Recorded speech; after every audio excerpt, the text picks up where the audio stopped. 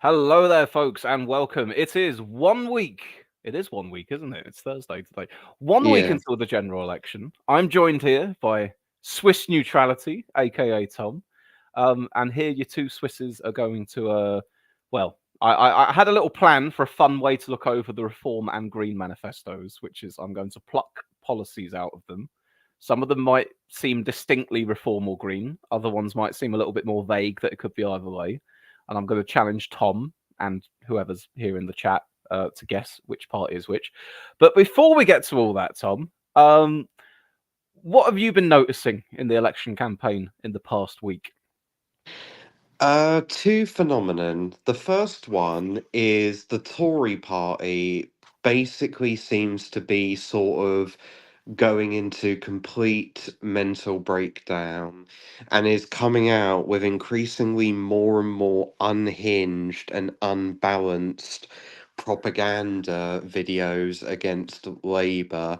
Particularly yesterday and today have been very bad because yesterday on their Twitter they uploaded a tweet which said something along the lines of you know what's going to go up if a Labour government is elected? And they put the word tax over and over and over and over and over again. I think about 50,000 times. It was just insane what it was. You went onto the tweet to expand it, and your whole screen was just filled up with the word tax. And it was the most deranged thing I've ever seen.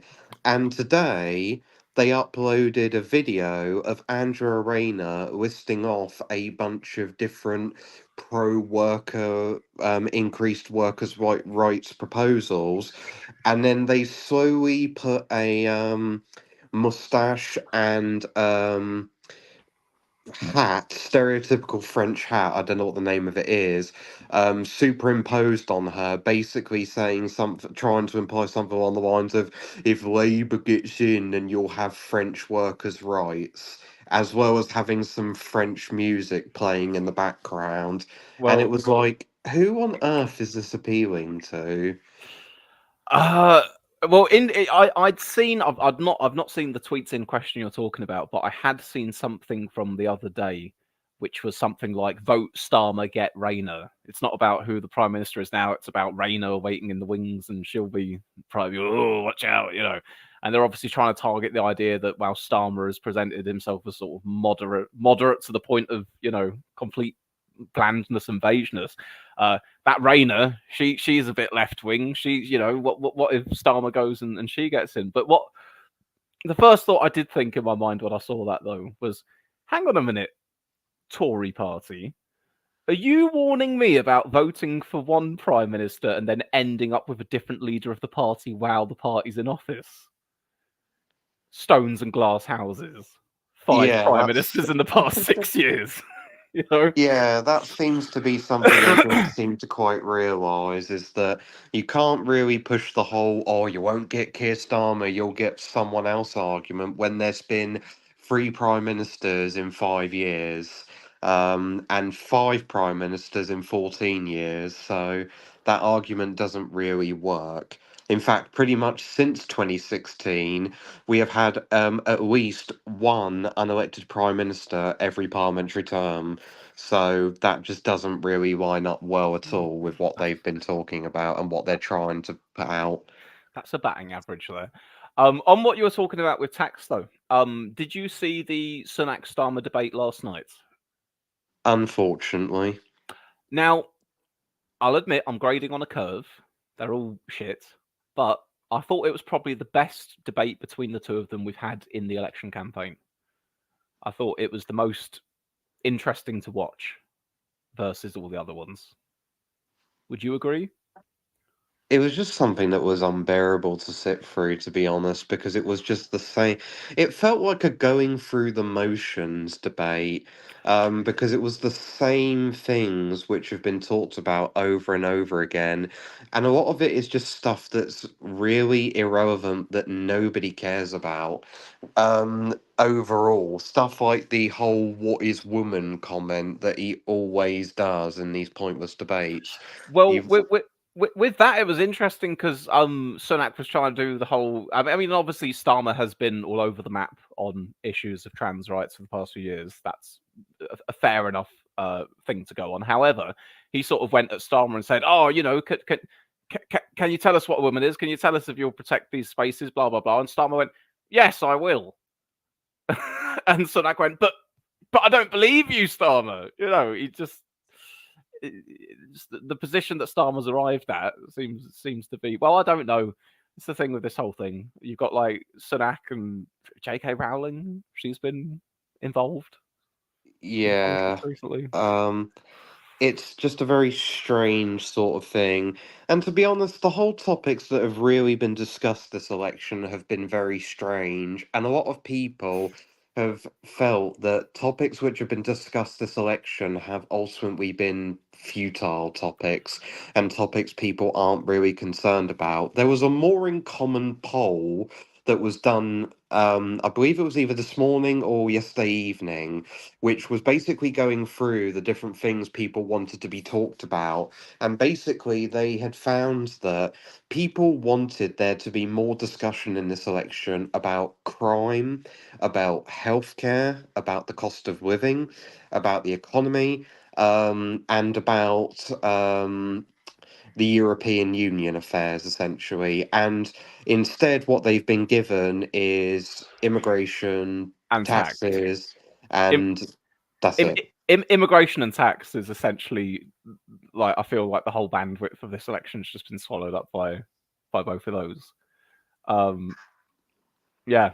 I mean, this is what I'm going to say because I was saying about how I thought, oh, it's probably the most interesting debate I'd seen between the two of them. Partly, I felt because Sunak decided, Sunak is a man with, well, not with nothing to lose necessarily. He's got everything to lose, and he's going to lose it. But he's a man who's no longer, he's somewhat accepted the fact he's going to lose it, and he was fighting. Like Sunak was like, I'm going to go out there, and I'm just going to shout the word tax over Starmer and over everybody else until I get my point across. He was quite like he came across as quite aggressive at some points. I'd say he really like Yeah, he someone did. really stuck a battery in him for that debate. Yeah, Um, he did come across as quite aggressive overall. Um, but no, I didn't really enjoy it. I think, to be honest, well, the main thing I took away from that debate was I really hope we don't have them again because it just doesn't feel like they're doing anything good or anything useful for public discourse. The only good debates which have ever happened in this country were the 2010 election debates, where they were actually very good, especially the ones where it was Nick Clegg, Gordon Brown, and David Cameron. Those ones were very good. And probably the single best debate that ever happened was Nick Clegg versus Nigel Farage. That was oh probably yeah, the best debate that ever happened. I'd forgotten all about that. That was two leading political figures of their time debating a big issue that was going on, and yeah, we should have more of that kind of thing. Because it was a very clear, focused debate. You had two people who knew what they were talking about on their particular issue, who came with it to it with very strong opinions on a particular issue, and it was focused entirely on that narrow particular issue, which is what made it so good. Because it was informed, it presented two very different viewpoints, but both of those viewpoints were very informed, and the people arguing for them were very passionate about them. The Clegg Farage debate is the only debate that's ever really been good in this country, and all the other ones before and since have just never really lived up to it ever. I I I kind of like the debates as spectacle, even if I'll agree that rarely are they ever more sort of light than heat. You come out of them not really feeling that you've gained much from where you were before. But like when they do the ones where you get 7 or 8 party leaders all on stage at the same time or whatever, just for me, it's my sort of circus mentality where I go, "Oh, this is great fun." You never see all them together doing this. Um, but what? Have the debates in this election campaign meaningfully changed anything? I guess I'd say no, No, really. definitely not. Um, other than to say, Starmer is playing safety safe as he has been pretty much forever. Sunak seems to have been getting increasingly desperate, although there's a sort of an irony in a way that I've heard some commentators in the wake of the debate yesterday saying, "Where's this Rishi Sunak been? If this Rishi Sunak, aggressive, hammering, shouty Sunak, you don't agree with me, but that doesn't matter because this is what I believe in. If that Sunak had been the guy leading this entire election campaign rather than, no umbrella in front of Downing Street Sunak or come home from D-Day early Sunak, if angry debate Sunak had been the candidate throughout the election, maybe they'd be a few points better off than they are now. Who knows? Um, that, The oh, God. but that brings on to the second thing then that I've noticed as well. The second thing I've noticed is the stagnation of reform over the past week. Yes, yes. Because obviously Farage entered the race, Reform shot up in the polls, and when you looked at the average of polling, you saw that point of convergence almost, where the Tories and Reform were looking set to touch. But then that's stalled in the past week, and now I'm seeing some polls that have Reform up, some polls that have Reform down, some polls with no difference. Question then: do you think that this is just Reform having hit their natural ceiling, or do you think it's stalled in part because of the Ukraine and Putin comments? I think it's a combination of three things. The first thing, and the biggest reason, in my opinion, is I think reform have hit their natural ceiling. Farage's natural ceiling, in my opinion, is around 15 to 20% of the overall vote. If if he's not in the Tory party, if he's in the Tory party, it's a different story. But on his own, with his own political party, his ceiling is between 15 to 20%. And he's reached that ceiling now, and there isn't really much room for him to go anywhere else. Because the problem that Farage has is he has a similar problem in many ways to Corbyn when it comes to attracting people. He has a very core, loyal support base which really passionately believes in him, but basically nobody else outside of that. He's very good at appealing to people in sort of left behind places and red wall areas, particularly rural red wall areas. But he really doesn't appeal to people who are traditional conservative voters in the home counties.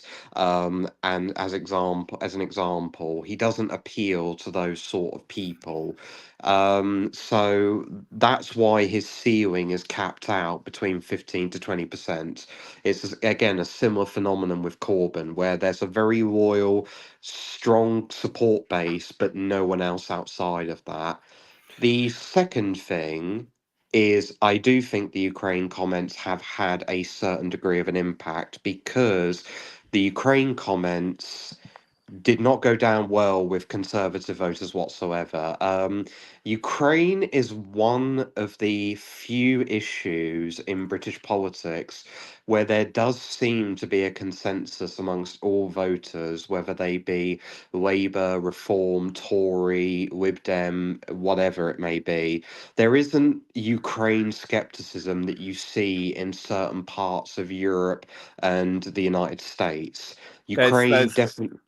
I was just going to add to your point and say that any any difference between support for Ukraine in the war against Russia between, say, left wing voters and right wing voters, or Remain voters and Brexit voters, it's negligible. There probably is slight differences if you look at different demographics, but by and large, what you're saying is that it's a very large bulk of the public that support that particular position. Yeah, I've seen polling that shows that about 75% to 80% of people support Ukraine over Russia. There's varying degree, it varies between the level of involvement in terms of what people support. But generally speaking, when you ask people the question, should Ukraine be given some form of aid, whether that be humanitarian or military aid, in order to defend itself against Russia? 75 to 80% of people agree that yes, they should be given some form of aid. So I think it will, and that's even stronger amongst conservative voters, where it goes up to 90%. So I think it was a very bad move on Farage's part to bring that up. And I think he brought it up basically because he basically thought, or he hoped, that there was a similar degree of Ukraine skepticism amongst the right wing voter base in this country that there is in the United States. And unfortunately for him, there just isn't. I I Um, I think as well, because it was an interview with Nick Robinson where Farage's previous comments about Putin and I think to an extent Ukraine as well were brought up to him and said, "Well, Farage, you said this. Explain." But then in the wake of that particular interview, Farage then doubled down on his position and he like wrote an autograph. I think an autograph. Sorry, an article for the Telegraph. I think it was the Telegraph, basically saying, oh, I saw it all coming. I told everyone back in 2014, you don't poke the Russian bear, blah blah blah. Um, but I think that's partly it. It's not just stuff that he's already said being brought back to the front. It's that in response to that, he then publicized it himself more so, you know? Yeah, the that's another problem as well that he's had, is that it's not just Ukraine skepticism which has also driven people away. It's comments that he's made which have been very sympathetic to Putin and his regime, and in some cases have shown outright admiration for his regime. And again, this is a particularly bad idea to do because Putin is one of the most hated, if not the most hated figures in the UK when it comes to international figures and even domestic figures as well. I think he has a net disapproval of 76%, which is And the difference between number of people who support him and the number of people who like him. And I think the total number of people who like him is usually in the low teens. It's no more than 15% at most. There's I'm only going to. Oh, there's hello only there, Dan. there's only Liz Truss with a lower approval rating than Putin. Yeah. So Um, so showing admiration for a man who is widely seen, and rightfully so, as a tyrannical dictator who has also carried out attacks on this country as well, with the Skripal poisoning and the Alexander there, Litvinenko can I poisonings. just add to that point because you mentioning that there was a reform candidate, I think, representing the constituency or certainly the nearby area to where the Skripal poisoning happened. And he was on record as saying something like, "Oh, Putin's a good guy, a good man." Or something like that, and then he had to sort of walk the comments back and say, "Oh, what I meant was he's a good guy for Russia. He's not a good guy in the Christian sense of a good guy." Wait, where are Yeah, we he's going with this? yeah, saying I read about that. The reform candidate in Salisbury basically praising Putin was probably one of the most tone deaf things that you could do, considering what happened in Salisbury, what, 6 years ago now at this stage? But Oh, how time flies. even if you're trying to say that in a sort of, oh, he's evil, but in a kind of, I'm always reminded of the first Harry Potter film where he goes, Voldemort's evil, but he did great things or whatever. But even if you're meaning it in that kind of way, it's still incredibly tone deaf, and you just don't say it. There's no need Well, to say it. well, what you have to say is that you admire Voldemort, but as an operator. Yes, The way that he gets shit done. You don't like Voldemort, but you go, because it's the that wrong shit. Voldemort. The trains run on time when Voldemort's in charge. Yeah, Um, it's that kind of vibe. yeah. Right. What I want to do, by the way, Oh, and is the final thing I want to say is that the go on. third reason, Oh and it yes, sorry, links your in third reason. Yep. a third reason, and it links into actually the Salisbury comment, is what can only be described as awful, horrendous candidates that Reform has put forward.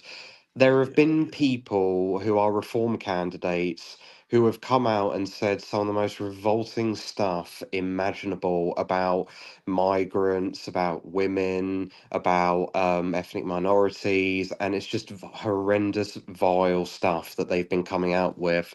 And a lot of that is being picked up by the national media, and I think it's turning away a lot of somewhat moderate conservatives who are dissatisfied with the Conservative Party for whatever reason that may be, but don't want to support a party that has candidates coming out with awful statements, essentially. And it hasn't helped that the Reform Party has suspended the Reform candidate for Basingstoke because I think he was either a member of the BNP or he was affiliated with the BNP. So, yeah, that's also Well, another reason why I think Reform have taken a hit in polling, is that these odious figures who always basically are associated with whatever party Farage sets up are beginning to pick up national headlines, and it's driving somewhat moderate conservatives away from them. well, perhaps suspended quicker than Sunak suspended the betting Tory MPs. At least I don't know, but I agree with the point that you make. Now I will say, in fairness, we shall go. If Nigel Farage were here to defend himself, he would say that the vetting company that Reform paid a big pile of money to simply didn't get the job done in time. The vetting This company thought the election would be in the autumn, and because it happened in the summer, they didn't have time to go, oh, look at all these racists. I wonder where they've come from. So how's that Nigel's fault that he's attracted all these racists that the vetting company couldn't get rid of in time? Why are you laying that at Nigel's feet? There is an irony in needing to vet the vetting company. That seems to be quite an ironic thing. It's just like all the UKIP candidates though from like 2015 and 20. It's the same. It's the same people, or it's the same sort of mold, and there's some horrific thing. I mean, my one said, my Reform candidate said we should have been basically not taking the Falklands back, and then I know one said we should have been neutral in World War II. Yeah, Interesting, very interesting. There's an awful lot of interesting things I've heard from certain Reform candidates, but I would not have expected one of them to say we shouldn't have taken the Falklands back. He said that goes completely against the grain of what I expect the gammon vote to be after. They said the whole point of Thatcher taking the Falklands back was just to only boost her personal popularity. Interesting. Right. What I want to do, guys, I just want to read a few comments and say hello to the guys in the chat because we've been going for 20 odd minutes and I've not adequately acknowledged the dear viewers. So let me see. Psychoben, Specs Bean Farmer, Sir Richmond Awesome in Bed, Lee Ball, Claire King, Liberal Zardos, Charlie Simmons, Kevin Logan, Anonisa, Bill Tycoon, Bohan. Is that all of them? I think that's everyone, probably. Hello there, everybody. What have some of you been saying? Let me see. Let me just read a few of these out. Zardos says, Reform's a bit too oily for someone like me. If it was just a question of immigration, he'd be back to the hilt by the majority, but it's not just that issue. Psychoben says, basically, the British right has a higher percentage of neocons than the US right. Lee Ball says, I think there is Ukraine skepticism, but it's not really represented in mainstream media or politics. I agree that it's less than half by polling, but not insignificant. Bill Tycoon adds on this point, Ukraine is one of those horseshoe issues where only the far left and far right are strongly against. Zardos says, I think the deal in the US is slightly different. A lot of Americans see it as forever having to bail Europe out as opposed to them being sympathetic to Putin. And then to scroll down a few more here, Kevin Logan says, is there even a particularly big moderate conservative voter base in the UK anymore? I would say that there is. However, they're not voting Tory in any degree of the numbers that they once were. Quite a few of them might be staying home. It honestly depends upon what part of the country you're talking about because it's a very regionalised thing. I would say that there are still moderate conservative voters in the home counties, for example, but I think at this stage, most of them are going to the Liberal Democrats. And it's worth saying that when I say moderate conservatives in the context of reform, I'm talking relative terms, not objective terms. Because objectively speaking, a lot of Tory voters going to reform are not very moderate in their politics, but they're moderate relative to other factions of the Are Tory you, party on certain are issues. you saying sort of the middle of the road Tory voter, not quite your Suella Bravermans and your Kemi Badnocks, not quite your One Nation Tories, but just your Rishi. somewhere in the middle, basically? Yeah, basically, they're in the middle of sort of the Tory voter fold. They're not on the hard line like Suella Braverman, but they're not aligned with the One Nation types like David Cameron. They're in the middle of the road, and their big main focus is essentially immigration, and they basically feel betrayed by the Conservative Party not reducing immigration despite promising to reduce immigration in every single one of their manifestos since 2010. Yes, yeah, it was 2010 that was to get it down to the tens of thousands. Many Yes. times repeated. I suppose there is a bit of a boy who cried wolf kind of thing to it, isn't it? Where if the Tories keep putting that in their manifestos and say that's what we're going to do, and then you end up with this iteration of the Tories under Sunak, where migration, both I think, both legal and illegal, is as high as it's ever been. Then you kind of go, maybe the Tories aren't cut out for this low immigration policy. Hello in the chat as well to Lee Hallam, Kevin Logan, Curtsy. Sorry, go on, Dan. I think it's not that they're bad at immigration; they're just bad at everything. So it's a sort of. You won't get disagreements from me though. I voted for them, so I just feel a bit sick. But like... Oh, right. So something I think we should mention is the betting scandal, because there's been more stuff that's happened with that since I last came here and spoke to the channel. Yes. I think there are more Tories caught up in it. There's a Labour candidate that was suspended because they put a bet against themselves in the constituency. But what I've heard is that this is something that some politicians or candidates do. They will put a bet against themselves, almost like a sort of a silver lining kind of thing. Like, oh well, I didn't win, but I've won some money at the very least. If you're an MP and you get paid 92 grand, but if you put 8 grand on yourself to lose, and you're going to make either way, you're going to make money, aren't you? So yeah. Especially since he was very likely to lose that seat because Shipley I don't know he what only odds he won got. it by. My question, and could I don't know if either of you know this or not, because I think it happened within a day of it itself. But eventually, Sunak suspended the Tory candidates that were involved in this investigation by the Gambling Commission, and I know that obviously 2 of them. And I know that obviously Starmer suspended one of their candidates who had been found to put a bet. Obviously, I think the slight difference being that the Tory thing is the possible suspicion of some degree of insider information. Who suspended their candidates first? Did Starmer suspend his first, or did Sunak suspend his before Starmer's one was suspended? Do either of you know? They suspended them on the same day. Sunak suspended 2 of the candidates. The 2 candidates were the one for Montgomeryshire and the one for Bristol Northwest. They were suspended in the morning of the same day, and then later on in the afternoon, Starmer suspended his candidate. So it was all in the same day. Okay. So Sunak did it first, but it was all in the same day. Well, all right then. Well, in which case, I can't give Sunak much credit for suspending them, because he should have done that like a week ago, if not longer. However, the thought did cross my mind: wouldn't it have been funny if Starmer had suspended one of his guys before Sunak suspended his? But he didn't. So all right then. No bonus points for Starmer there. It's just a bit Borisy, isn't it? It's try and ride it out, but then it's so bad that you do have to cave in when the politically expedient thing to do is just suspend them pending an investigation in the first place, like anyone with a brain would.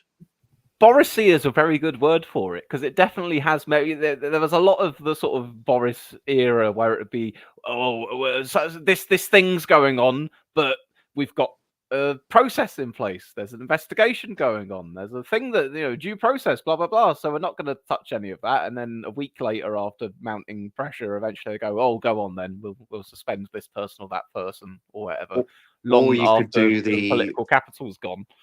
Or you could do the thing that he did with his final scandal with Chris Pincher and say he forgot what happened.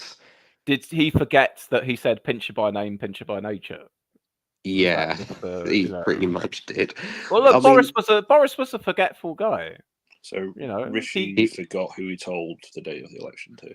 But yeah. yeah, I mean, true. this is the I mean, Boris. If we take him at his word, he forgets things, and sometimes he didn't understand whether or not parties happening were in violation of the rules that he was promoting for COVID. He had a lot on. You just forget these Boris, things, you forget these things. You do. How could you know? Really? Given the alleged houndsy nature of many MPs, it is easy to forget which ones are and aren't under any suspicious activities. Yeah, that unfortunately does seem to be an awful culture within Westminster. It does. Hey, Sue Gray's trying to close down my bars. Oh God. A few more comments that I've got here, guys. Zardos says, the Lib Dems are hoovering up the disillusioned protest votes left, right, and centre ground here. I think Ed Davies going on Takeshi's castle next week to seal the deal. Very good. It would be very on brand for his campaign to end all this off. His final publicity stunt is going on Takeshi's castle and being a contestant within it. That would be the ultimate end to the Liberal Democrat campaign of the 2024 general election. I want to see Ed Davey go climb on Rishi Sunak's house with Just Stop Oil or whatever the fuck was going on with all that. Oh, God. That was grim. A couple more here. Lee Hallam says Montgomery is the most winnable seat in Wales, and he is Rishi's PPS, so probably did know. Kevin Logan says, who hasn't been ambushed by cake? Vohan says, Boris was a funny clown, great entertainment, but maybe not the best guy for PM. And Zardos adds, Bettinggate just seems so pitiful and tawdry, destroying your reputation over a few squid bets. Back in the day, Tory sleaze involved mistresses and rent boys. Those were the days. Yeah, where's Alan Clark and his 15 girlfriends? Oh. Given that I it's just a very strange thing overall that it's just snowballed into, really. I don't know why they thought they could get away with it, to be honest with you, because MPs get put under so much scrutiny, especially these days, and you just think, why would you do this when it's going to have no benefit to you whatsoever?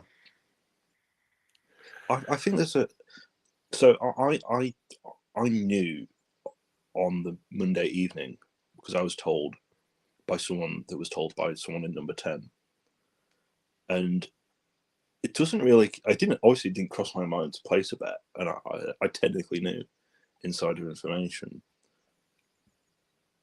but if I had done, I wouldn't. I don't think it would cross actually staffers' minds to think, oh, this is very illegal. At least not if you're in number 10 and I think it is a bit more obvious. If you get what I mean.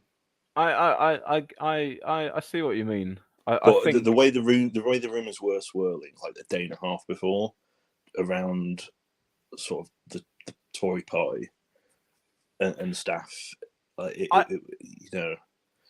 don't think. What's the line between rumor and definite insider information?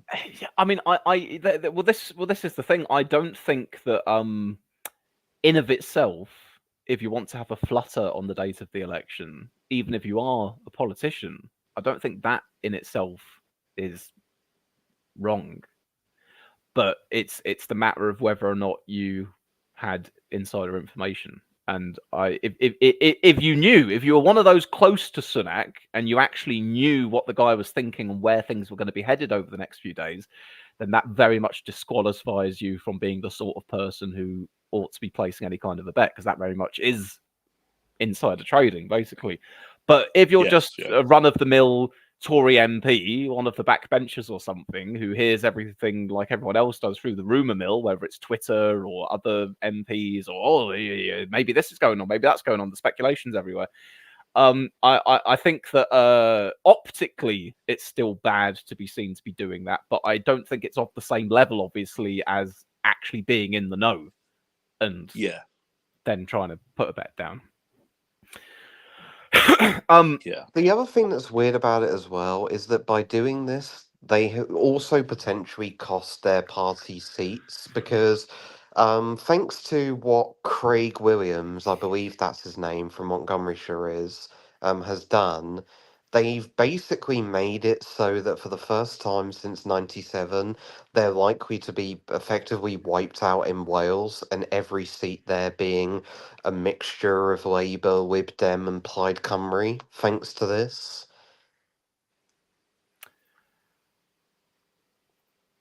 Sorry, I was just having a little look through the manifestos for Reform and Green, moving us on to our next segment there. I'll confess to you. Well, Montgomeryshire was the only real prospect of them winning a seat in Wales, and it's highly likely now they won't win one. Yeah, Montgomeryshire was the only one they could have really won. Brecon and Radnorshire, which has been merged with another seat whose name I can't pronounce, was another one they might have kept. But I think the Lib Dem tactical voting is so strong this election that the Lib Dems will likely take Brecon. So Montgomeryshire was the only seat they could have held, but now they're probably going to lose it thanks to this betting scandal. So yeah, from a pure, it won't matter too much because the Tory party is going to lose so many seats anyway. But from a purely symbolic perspective, losing every single seat in Wales again since 1997 is not a particularly great look, in my opinion. Yeah, but just I mean, for Rishi Sunak's peace of mind, at least he knows he can't get minus seats, so there's true.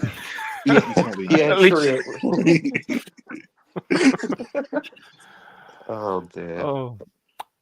Right. I'd had this idea for a little game where I'd get policies from both the Reform Contract with the People and the Green Manifesto, and see if I could trick some of you by picking ones that could feasibly be from either party and have you guessing whose was whose. But quite honestly, flicking through both of them at the moment, I'm really struggling to find what would straddle that line. Pretty much most of what I'm reading, I'm going, oh shit, yeah, that sounds pretty obviously one way or the other. But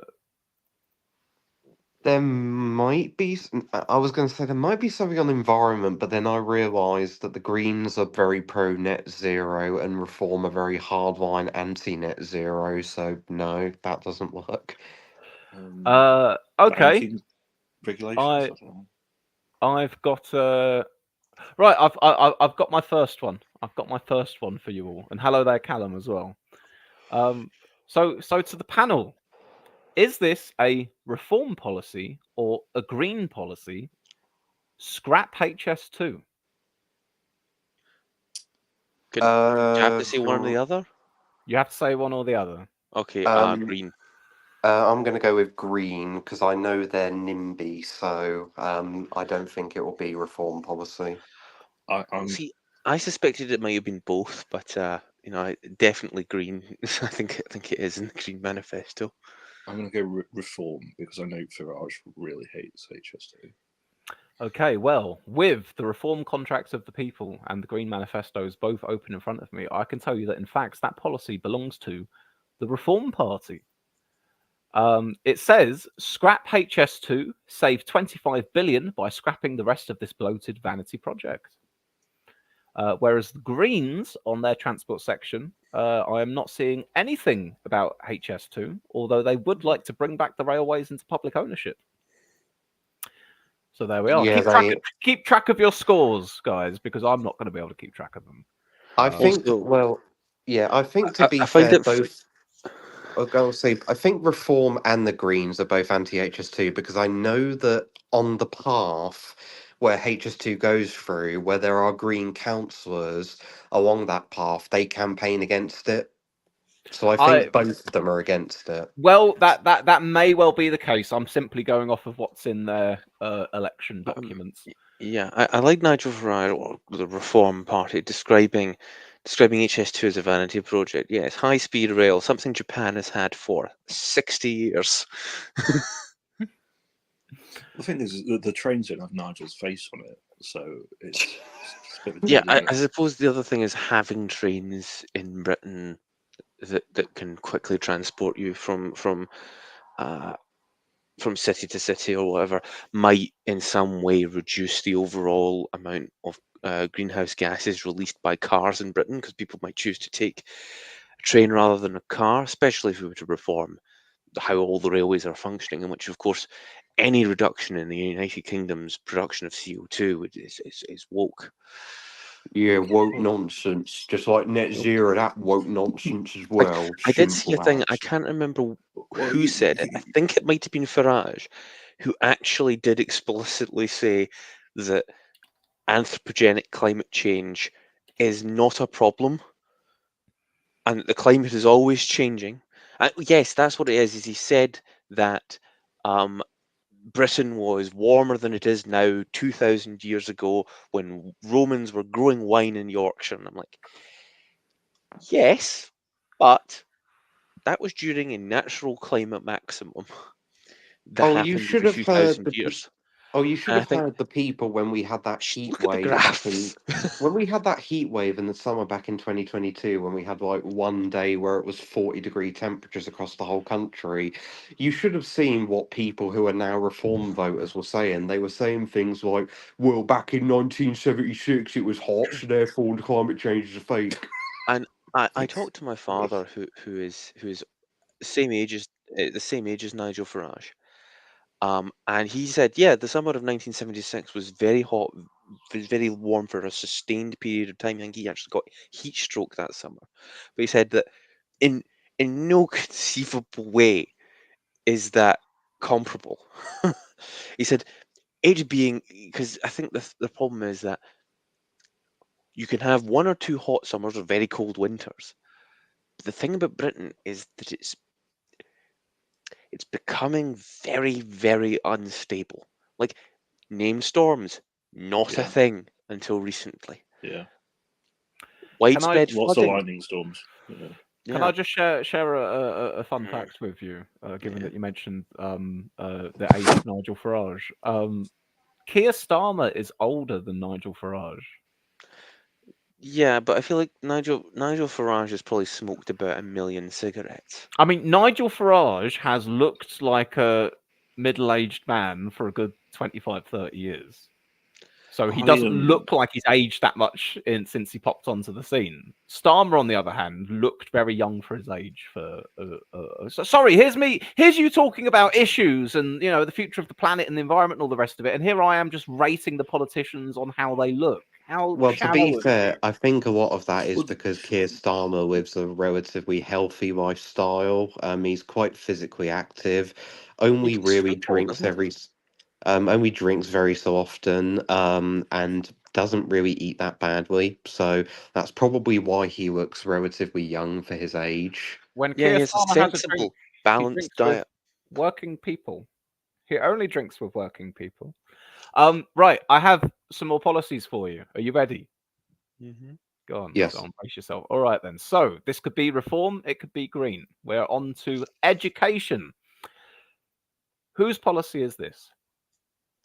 An increase in school funding of 8 billion to include a 2 billion pay uplift for teachers. Reform or green? Lots of billions being Green. thrown around. Green. Is that 2 votes for green? Yeah. Who's our last one? Dan? Green? Reform? Well, Dan may not be with us. All right, we'll take it for you two then. You said green, and yes, that is indeed green. Because the Greens do love throwing the word billion around a lot in their manifestos. I think their total spending plan came to about 100 billion, if not more, in total, and almost all of it was underfunded by at least half. Right. Oh, welcome back, Dan. Oh, there's two Dans now. Right. Our next one here. Scrap the interest on student loans. Is that green or reform? Green. Sounds like green, although reform. Well, is it just on all student loans? Because I know that reform has some policies relating to student loans and basically not wanting to have student loans on positions that are like science, technology, engineering, maths. Because I think they would want to. I don't know if they want to increase, but they certainly don't care about any kind of humanities or social sciences. So I'm going to go with green. You're going to go with green. Okay. Well, scrap interest on student loans is a reform policy. It says scrap interest on student loans, extend loan capital repayment periods to 45 years, restrict undergraduate numbers well below current levels, too many courses are not good enough and students are being ripped off, enforce minimum entry standards. And it was a little bit of a trick question, really, because I said scrap the interest on student loans, but of course, if it was the Greens, it would be scrapping student loans altogether. Yeah, what I Wouldn't it find weird make about that is they talk about interest, scrap interest, but how will people pay back their loans then if there's no interest?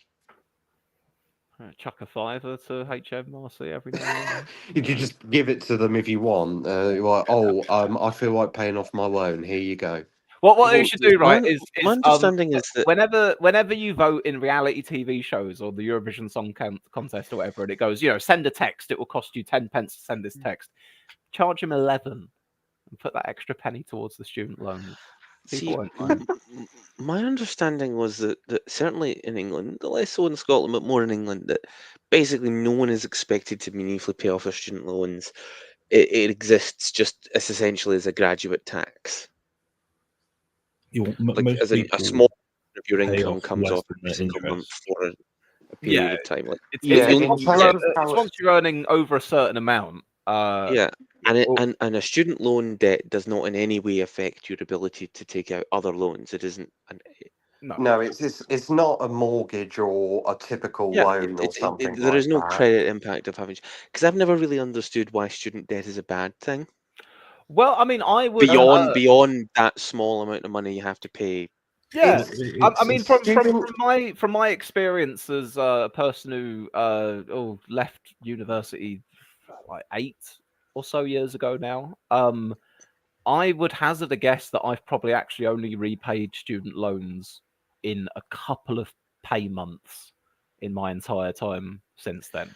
And I'm sure that somewhere in the ether, I don't even know how much it is, but somewhere in the ether, I probably owe about 50 grand or so. Yeah, in the only student time loans. student fees yeah. became an issue for me was when I was applying for a postgraduate degree, and the amount that you were given as a loan doesn't cover, because of course in Scotland it's undergrads are paid, but if you want to do postgraduate education in Scotland, you need to take out a loan for that.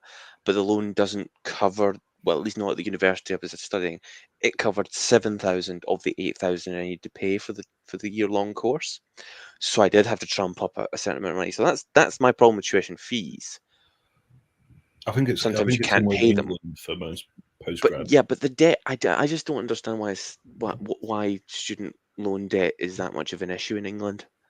Like beyond the inconvenience of having to repay repay a tiny portion of the interest you earn on it.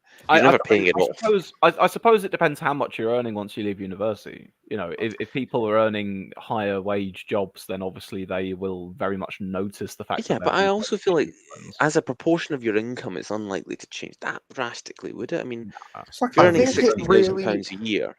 The way student loans work in terms of payment is it basically functions like a marginal tax, sort of similar like marginal income tax, where basically you only pay a certain amount of money over a certain threshold income. So I think the income threshold is £25,000 annual salary, which means you don't pay interest on £25,000 at all overall. You pay interest on anything you earn above that much. Yeah, That's I how it don't sort of see, like, works. the question would then be, is there a point in reforming the system, or is there a, into that graduate tax? Because if the debt's going to be written off eventually anyway, then is there any point in actually repaying the debt as an actual figure, as opposed to simply reforming it and saying, if you earn over a certain amount of money and have a university degree, you pay slightly more money in tax, like I think for me, it's 0.5% or whatever. I think for me, it's sort of it's a combination of things. If it's one of those things where if there's basically no downside to it, why have it, sort of thing. But also, I think it's a micro macro thing. So on the micro level, yeah, your average university student shouldn't really care that much about student debt because most of them won't pay it off. It will take a small amount of money out of their pocket. So it's not really something they should care about that much. Certainly shouldn't impact their decision to go to university or not. But on the macro level, the concern that I have is essentially, couldn't this basically be creating a student debt bubble where, because what happens if you have so many people who aren't able to pay back their loan, what happens then? Can I Yeah, add a it seems comment? like, Well, that's Just, what's happened just now. can I add a comment just on this from Ben here on this exact point? My girlfriend is a teacher on 45k a year, and her payments are reducing the debt slower than the interest is increasing it. yeah, exactly. Uh, I saw a thing out the other day where someone had over £100,000 of balance of student debt. She paid however much in. I think it was like £1,000 or something. I can't remember the exact figures, but the amount of debt that she owed went up by a significantly larger margin. The interest on the debt went up more than she ever paid in, and so like the debt was continuing to grow despite paying it back. So really, the question is, having that massive, massive amount of debt existing without really being paid off, like Tom said, like, why have that debt exist? Surely that causes a bigger headache for the UK government, having that block of debt existing. Right, guys. I want to pivot us very quickly to our next question between Reform and the Greens. So I hope you're ready. Repair and renew our crumbling court system with a 2.5 billion investment. Is that Green or Reform? Reform.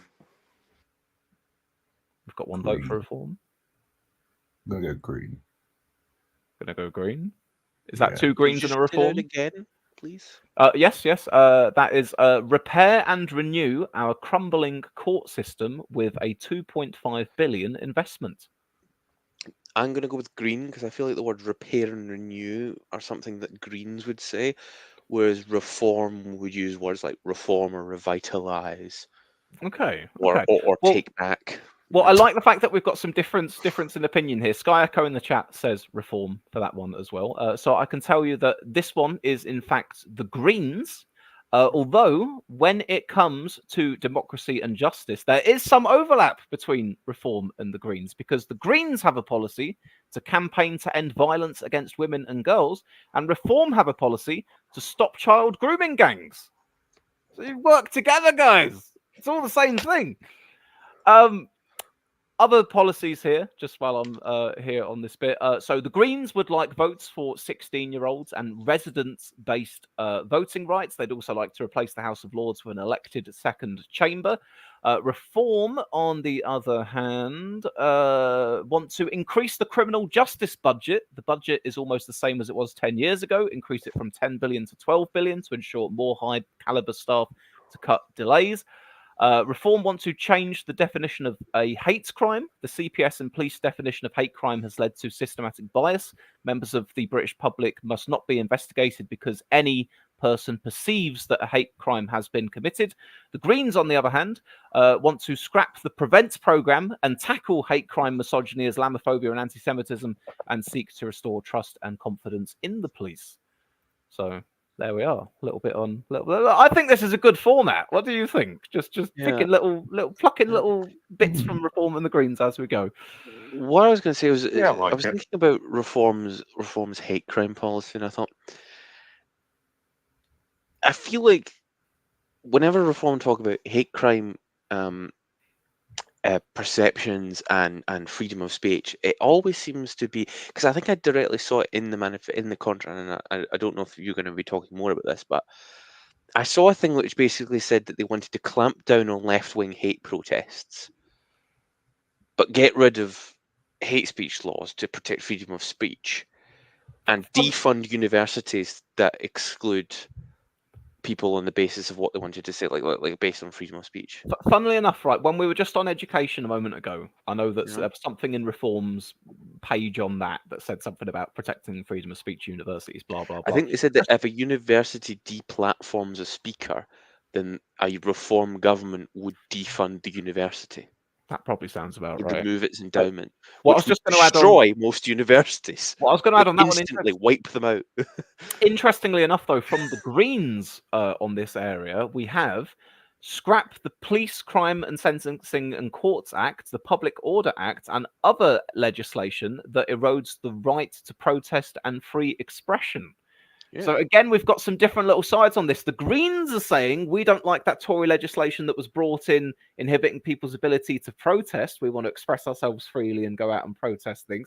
Reform, on the other hand, are saying we don't like these hate speech laws that are telling people what they can and can't say. We want to try and get rid of them. Green don't want you to be racist, but want you to be able to protest. Basically, Reform wants you to be you to be allowed to be racist. We all want but freedom not of to expression. protest. Reform likes your freedom of expression if it's an unpopular and potentially racist or right-wing opinion they want to share. The Greens back your freedom of expression to the hilt, but just not if it could possibly count as a hate crime if someone gets upset. But if you're standing in the middle of a road, then that's absolutely fine. So these are the dividing lines between the parties. I mean, it makes sense why Reform would do that out of self-interest, because if they didn't, then probably about 70% of their candidates would be sacked. Well, I mean, they're struggling at the moment. I mean, with that Channel 4 thing that's come out this evening. That was bad. Oh yeah, I only saw a chunk of it, and I didn't even have the sound on, but just the subtitles is like, describing the rainbow flag in that specific way. I was like, oh, that's like, I mean, calling Rishi the P word was oh yes, I saw that from one of them. I'm like, oh god, who called Rishi the P word? One of Nigel's activists. Oh, that P word. Sorry, I thought you meant paedophile. I thought it was that. I thought that was the P word. Oh, it's the other that P word. The racist one. Oh, the racist one, yeah. Even it was one of Nigel's activists in Clacton. Oh, that bloody vetting company. Oh, if only that vetting company had done their job. Nigel's not to blame for all these people wanting to stand for his party. Well, I saw he put even a statement out. Even though these aren't people standing for his party, these are people didn't... campaigning with him in the constituency he's standing in. It's not Nigel's fault. No, literally. He just wants to retire. And people keep dragging him back out again. The activist put a statement out saying Farage didn't know about my views and I apologise. It's like what Dan said earlier on the stream. It's like every time Farage sets up one of these parties, it almost always attracts these people. And look, after a while, you have to, if you're attracting these sorts of people consistently, every time you set up one of your grifts, you've got to ask the question eventually, why am I attracting all these racists? Maybe it's because I've got awful views. Here's the question. In total fairness, then, do we flip it the other way and go, right, Corbyn era of Labour, the fact that you got your sort of, far left or the bloody Zions and all of that sort of thing that some of them did flock in, do you have to put the same charge across? Even if you say Corbyn himself, no. To be fair, I don't disagree, and that's something that did happen with Corbyn quite a lot. But it was also a sort of situation where he would be attracted to those sorts of people, as well as those people being attracted to him. Because Corbyn was Yeah, never the best judge of character, to say the least. Present but not involved, Yes, present but not involved. as we yeah. recall. Jeremy Corbyn is the kind of person that will. Jeremy Corbyn is the kind of person that would stand in a room, even on a platform with people, because they agree on one specific thing, whatever that is. And then he'll be informed later, yes, but these people also believe all of these other things, of which you should probably have been aware, given, this guy is the head of, the Anti-Semitic League or whatever, Yeah. or the League Against Zionism or whatever, and that their position is X, Y, and Z, which is borderline illegal levels of anti-Semitism, say. And then Corbyn will be like, Wait, but I didn't know sorry. that. Did you just use the phrase illegal levels of anti-Semitism? Like Well, yeah, as in someone's got a little monitor that beeps and sort of goes. what I'm trying to say is that any criticism of the state of Israel can be construed as anti-Semitism, especially by people who advocate for the state of Israel. But there is the point where that spills over just into anti-Semitism for its own sake. Not all anti-Zionists are anti-Semitic, but I think it's fair to say that most anti-Semites are anti-Zionists, except the ones in Germany who are a bit weird about it. I think from my general observations, I can say two things. I can say, first of all, there's an awful lot of people who feel very passionately, for example, about the state and plight of the Palestinian people. And that's a perfectly noble thing to be concerned about. Within that, are there people who have sort of a bit of a pathological hatred for Jews, Zionism, and Israel in general? Yeah. On the other hand, though, if you take, say, the state of Israel and you go, do they hold up charges of anti-Semitism as a really big shield to batter away any, criticism of the shit that they're doing, sometimes in relation to the Palestinians? Yes, that is also pretty much certainly the case as well, which makes it a very foggy and difficult area to tread when you're trying to figure out. That is why whenever you Whereas see anything people- about Israel relating to the actions of its government or its people or whatever, you say the actions of the Israeli administration of this prime minister or whatever, you make it as hyper specific as possible to say that the political actions of these specific institutions in the state of Israel are doing a thing I don't like. You can also just focus on specific individuals like Benjamin Netanyahu, Bezalel Smotrich, Itamar Ben-Gvir as examples to focus on, because those three are the ones who are driving a lot of the hate and violence in this particular situation that's going on at the moment. And then the other thing is you can just point to all of the videos of IDF soldiers very proudly doing war crimes. Like recording themselves doing war crimes. But there is also the problem as well where you get people who do just have a complete pathological obsession with Israel, like George Galloway, for example, who, in the very short time he was MP before the election was called, mentioned the word Israel about 100 times more than he mentions the word Rochdale, even though he is the MP of Rochdale. Correct me if I'm wrong, but didn't he not even make a maiden speech? Well, he might have, but he certainly didn't attend any constituency meetings, not constituency meetings, like meetings in the House of Commons related to Gaza. Like he didn't No, speak he at any of them. didn't. He didn't attend any meetings in the House of Commons about Gaza or anything of Because that he's doing his nature. radio show. Yeah, he basically, this is what I mean. He's like Farage, like a grifter, basically. He just gets this, he turns up whenever there's a chance to stir trouble, wins a seat, does absolutely nothing that an MP is supposed to do, barely goes in the House of Commons, and when he does go in there, he goes in there to be as annoying as possible, and goes on his radio show to spout utter nonsense. Well, look, there's a very simple fact of life, okay? If you leave food out on the floor, given enough time, you will get ants. And if you have an incumbent Labour by-election that has a little bit of controversy around it, you will get Galloway. The cat. The cats. Yeah, when the mice are away, the basically- cat is always Galloway. The cat is always watching for when the mice fuck up. Basically, what it is that any by-election involving a reasonably safe Labour constituency with a reasonably considerable Muslim population, during any period in which the Israel-Palestine conflict is part of the news cycle, is like leaving a saucer of milk out for George Galloway. Right, very quickly, because I do want to get. It back will onto, happen again. He's not old enough comparing. yet. Well, I couldn't discount that it would, but I just want to say before we get back onto the policies we were doing, let's pivot very quickly.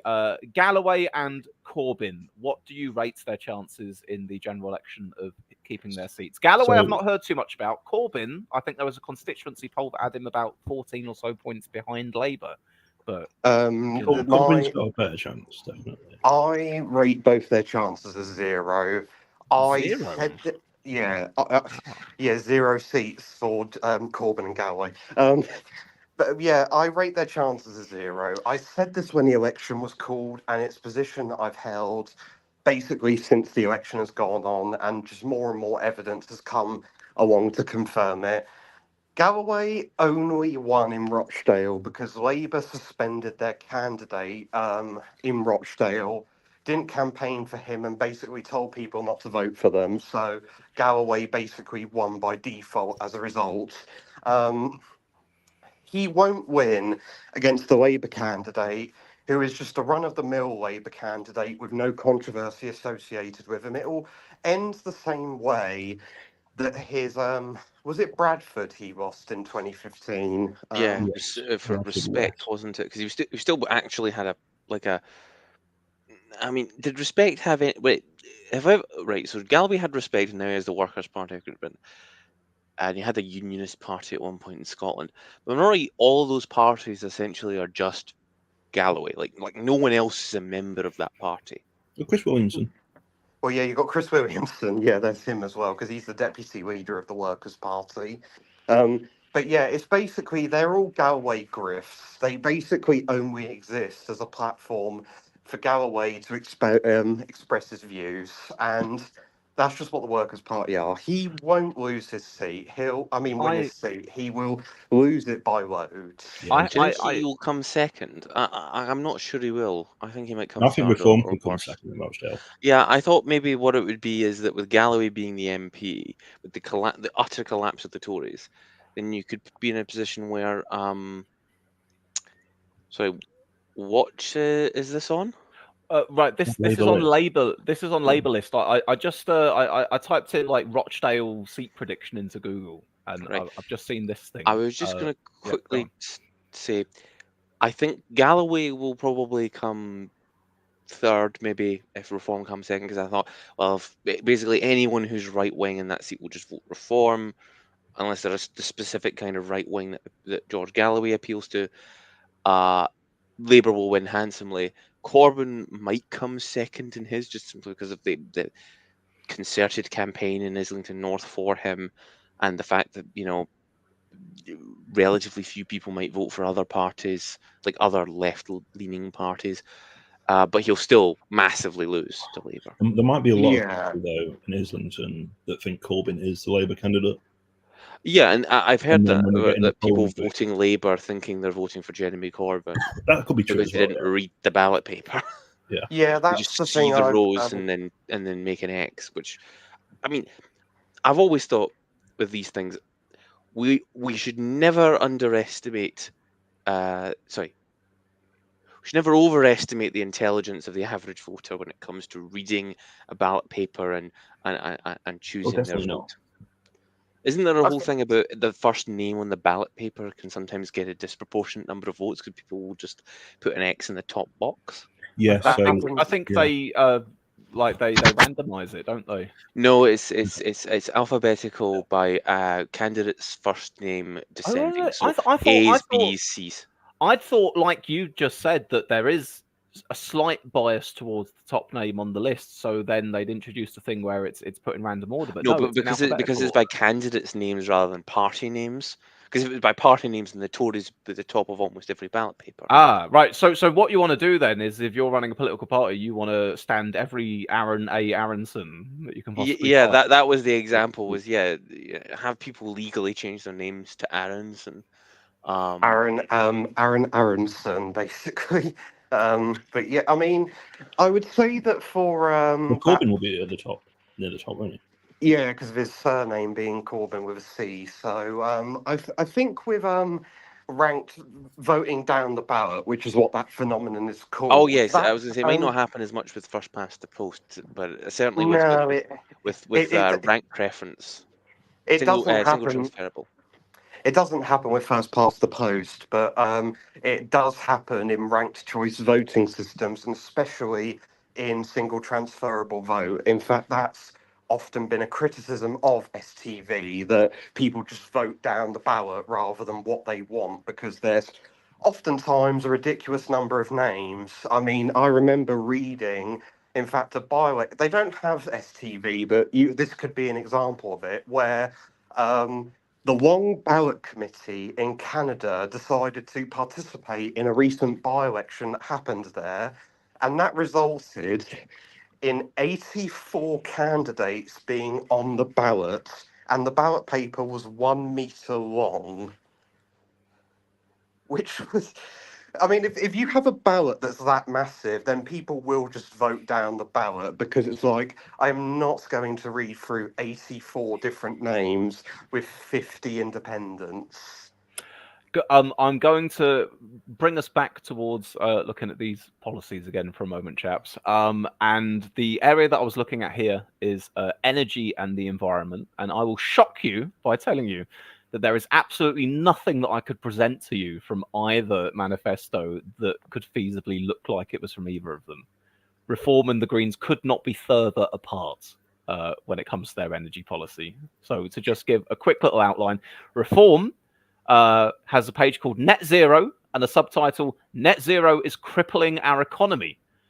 Whereas the Greens say that they are about powering up fairer, greener energy, accelerating clean energy investment and delivery, and they'd like to make us zero carbon as soon as possible, more than a decade ahead of 2050. So I'm just going to list off a few policies real quick, and then we can get back to the general discussion. So Reform, what do they have here? Scrap net zero and related subsidies. Ditching net zero could save the public sector over 30 billion per year for the next 25 years. They want to fast-track licenses of North Sea gas and oil, grant shale gas licenses on test sites for 2 years, enable major production when safety is proven with local compensation schemes, and fast-track clean nuclear energy with small modular reactors built in Britain. Meanwhile, the Greens, on the other hand, would like wind to represent about 70% of the UK's electricity by 2030. They want to invest in the energy storage capacity and more efficient energy distribution. They want to introduce a carbon tax on all fossil fuel imports and domestic extraction based on greenhouse gas emissions. And they want to phase out nuclear energy in favour of renewables. So, like I say, Reform and Greens, when it comes to energy policy, night and day, polar opposites. Could not find a single thing that I could have feasibly made it look like it was one or the other. Yeah. This is still my joke about how the idea of reducing the amount of emissions that Britain is making is woke. Do you know Everything there was a government policy paper out under Boris in about 2021 where they basically calculated that by 2030 we would actually be on track for 100% carbon-free emissions, and people are acting like Starmer's being massively radical, or the Greens would be massively radical to decarbonise the electricity grid by 2030, when we're actually on track for that anyway, and have been since about 2020. We need to reverse that, because that's woke. That's what we need to do. We need to reopen the coal plants and get them coal burning. That's what needs happening. If we build like one more nuclear power plant and just continue at the current rate with offshore wind, Like we're easily going to hit 2030, like no natural gas or coal. Yeah, Grave isn't one of Grave these? Peril in the chat. Just quickly, sorry. Grave Peril in the chat has just said 47.7% wind today. Yeah, isn't this one of those things where net zero as a target is kind of meaningless because we're probably going to reach it eventually, relatively soon, and that it's not crippling our economy to do so. It's just kind of where our economy is going, and Oh, I mean, the thing is, the right wing people will, like the hardline reform people who are like net zero going to destroy our economy. It really won't. As Dan said, we're on track to meet the 2030 net zero target, and our economy isn't going to be collapsed as a result of that. So it's just an over exaggerated moral panic by people who just really don't actually know that much about the government's energy plans at the moment. Now, I'm in broad agreement with you, but I do want to put a counterpoint here from the chat. So I will read Liberty Prime, who says, Farage, with two R's, Farage, did a speech the other day saying the leader of India stroke China, it was one of them, made a speech bragging that the country was burning 1 million tons of coal a day. Tons of coal a day. Open your eyes to the net zero stuff. Like Farage is a prick, but he's got a point. What's the point of net zeroing when the rest of the world is doing that? So this is the point that the UK, I think, represents approximately 1% or so of the globe's CO2 emissions. So we can fast track our net zero, but if there's other big industrial countries putting out the levels that they are, then our involvement doesn't change the overall picture. That's the point But, being. well, there's one country Poland, I think, leading. There's one country leading EVs and solar at the moment, and it's not us. It's China. China is pumping loads of money into electric cars and into wind turbine, nuclear, and solar farms, and they're heavily investing in their economy. And it makes practical sense because they know it, and then also that they can. To say that China aren't engaging in sort of an energy transition, quite wrong actually. I mean, Yeah. India's another thing. The other thing would be that, okay, fine, 1% is 1%, whatever, but also carbon emissions in this country is one part of it, but it's also air pollution, the actual quality of the air we breathe. Yeah. If it's better, okay, fine, yeah, we might still be fucked. But Farage's point isn't about air quality or about anything else or economic productivity or anything. If we're going to be reaching net zero anyway, then we might as well invest in doing it, because then it's a structured transition away from it, which means that any potential economic shocks that would result from it can be absorbed by the state or however you want to do it.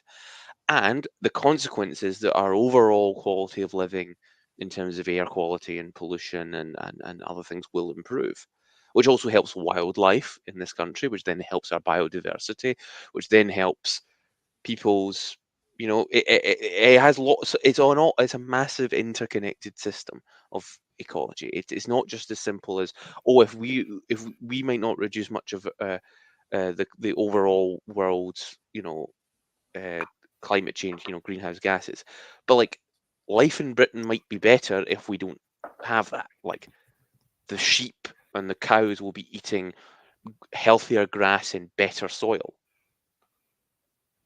meaning that the food we eat will be better for us. Sorry, you're making me think about Mike Gapes then. You talked Yeah, about and I cows. was thinking another thing would be also that if I'm correct, I might be wrong about this, but I'm pretty sure that the concentrations of carbon dioxide in the atmosphere overall does actually have an effect on one's brain. Like actually, if there is less oxygen in the atmosphere relative to carbon dioxide, you will experience minor neurological effects like leaded petrol. By getting rid of leaded petrol, people's minds are healthier. So like, I would say in general, reducing the amount of greenhouse gases and other pollutants we release into the atmosphere in this country will make our lives better, and therefore we should do it anyway. Yeah, It's not I as if mean, we're going to be purer forests. yeah, no. I mean, I was voicing Liberty's view in the no, chat there, but I'm in very much agreement. I think that it's something worth doing in of itself. I think that having greener, cleaner, more self-sufficient energy in this country as the main source of our energy is pretty much a Also, no-brainer. who likes as far smog? as how you want to say, yeah, who likes smog? I want to Exactly. read a few more comments from the chat here, and then I'm going to move on to another area between these two manifestos. Oh my god, there's a bunch of them here. Okay, I'm going to read a bunch of comments real quick just to give you all an airing. UK energy security should be enough of a reason to work towards net zero. What would happen if a regional war broke out in the Middle East? Middle East war? Never. Regional wars? A regional war in the Middle Surely East? The No. Middle East is actually quite stable these days. Liberal Sardos says renewables should be part of the mix, but they can't reliably carry the base load. Wind energy cannot supply the grid, especially if we transition to electric cars and the population grows by 6 million. That's true. That's why we have solar and hydroelectric. Hang on. And Let me eventually let me power through these comments so you can make all your replies. Cameron Hickman says electric cars aren't good for the environment. Liberty Prime says every 3 weeks China builds the same amount of coal power plants that France owns. Been doing that for the past 4 years or so.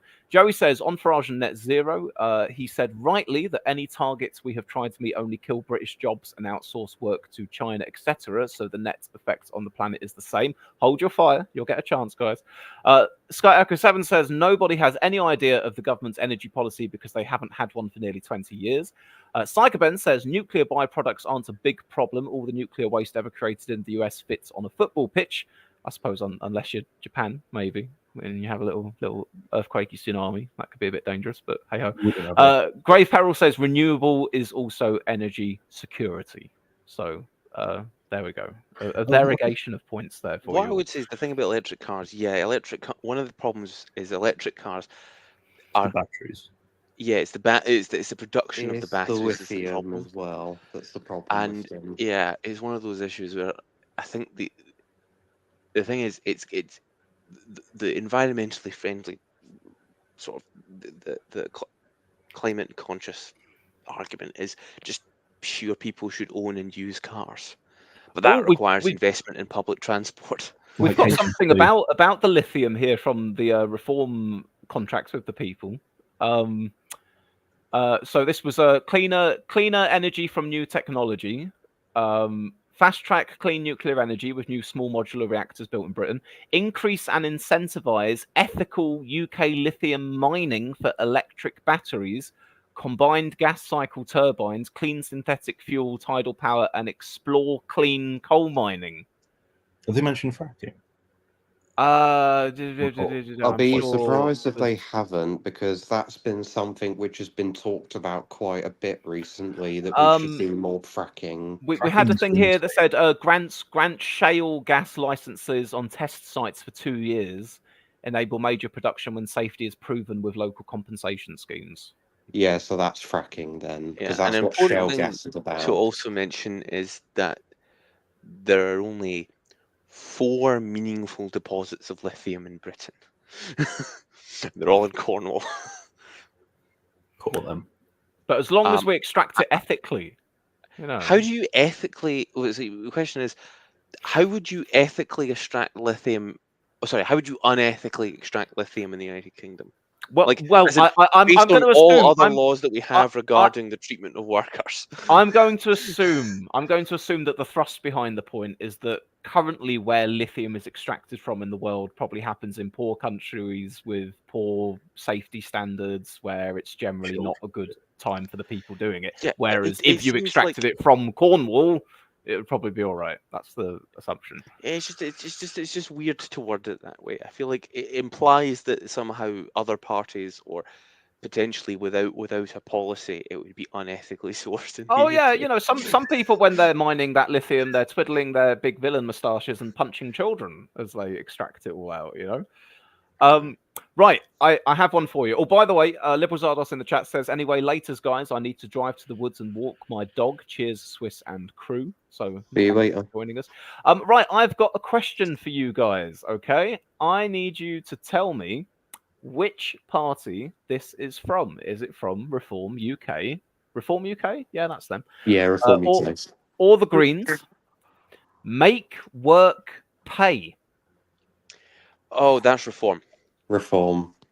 Well, it's Reform and the Greens and Labour and the Tories, because like I got a leaflet this morning from I'm going to all ask you four of these for one or parties. the other. One or the other, Reform or Reform. Green, make work pay. You're saying Reform. I'm Two not votes for Reform. sure if the Greens believe in money.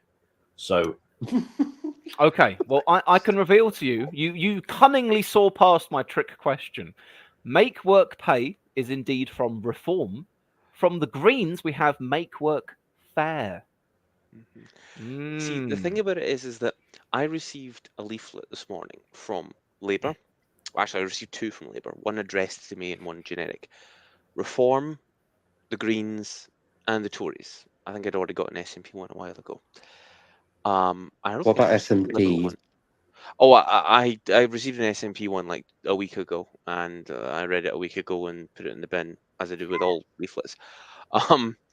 But both Labour and Reform had make work pay in the leaflet, and I was confused.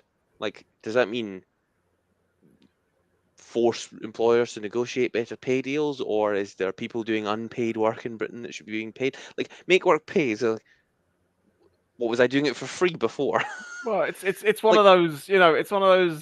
It's one It's of those pieces of statements political that's jargon, like green shoots of economic growth or To be hardworking fair, families.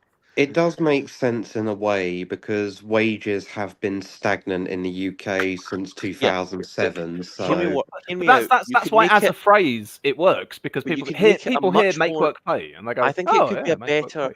I think it would be a better slogan if you said "Make work pay more." Make- Well, we- exactly. Just adding the You word can't have "more" on there. you can't have make America great. Make America great again. Yeah. That's the extra little detail that you need And there. I Right. remember Trump's 2020 campaign was "Keep America Great." And So what's it going to be this we obviously time? on Make phase America four. great again. Maybe that's why he lost. For the second time. Yeah, I Right. So wonder what Let's keep America going. on work in the economy, very quickly, guys. I just want to read out some actual policies from Reform and the Greens here. So from Reform, we have lift the income tax start point to 20,000 per year. This frees up to 7 million people from paying income tax and saves every worker almost £1,500 per year. Basic tax rate stays at 20%. The higher rate should begin at 70,000. Meanwhile, if we jump on over to the Greens, they have increased the minimum wage to £15 an hour, no matter your age, with the costs to small business being offset by reducing their national insurance payments. I'll do one more from Reform here. We have abolish inheritance tax for all estates under 2 million. That means some 98% of all estates.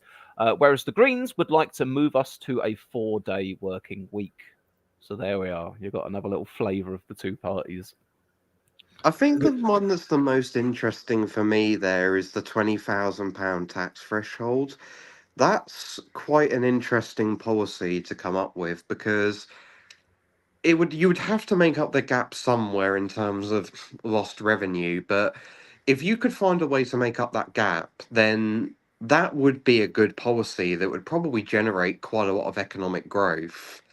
Thing is, you have to do it in one swoop, though, because if you did it gradually, like how we've been raising the minimum wage gradually, inflation would just counteract that. Oh yeah, yeah. I would say if they were to do it in one fell swoop, then that would be a very bad idea because that would shoot inflation through the roof. But Yeah, but if they if it didn't was, do it in one fell swoop, What? people wouldn't feel the impact because I would say it just would go up with inflation. the Greens £15 an hour is another big jump. That's maybe, I would say if you maybe what's the current minimum wage in Britain, like the living wage or whatever they call it? 11.50 roundabout. Right. I would say, maybe if you were to say an immediate jump to £12 plus increasing it by inflation every year, which maybe is what they do anyway. But the point is, maybe a smaller jump immediately plus a guaranteed, like a triple lock style guaranteed increase. And then also the under 25s thing. Yeah, I remember I got my first job at 16. I had it for a few weeks. I just couldn't hack it. I hated it. And I didn't need the money.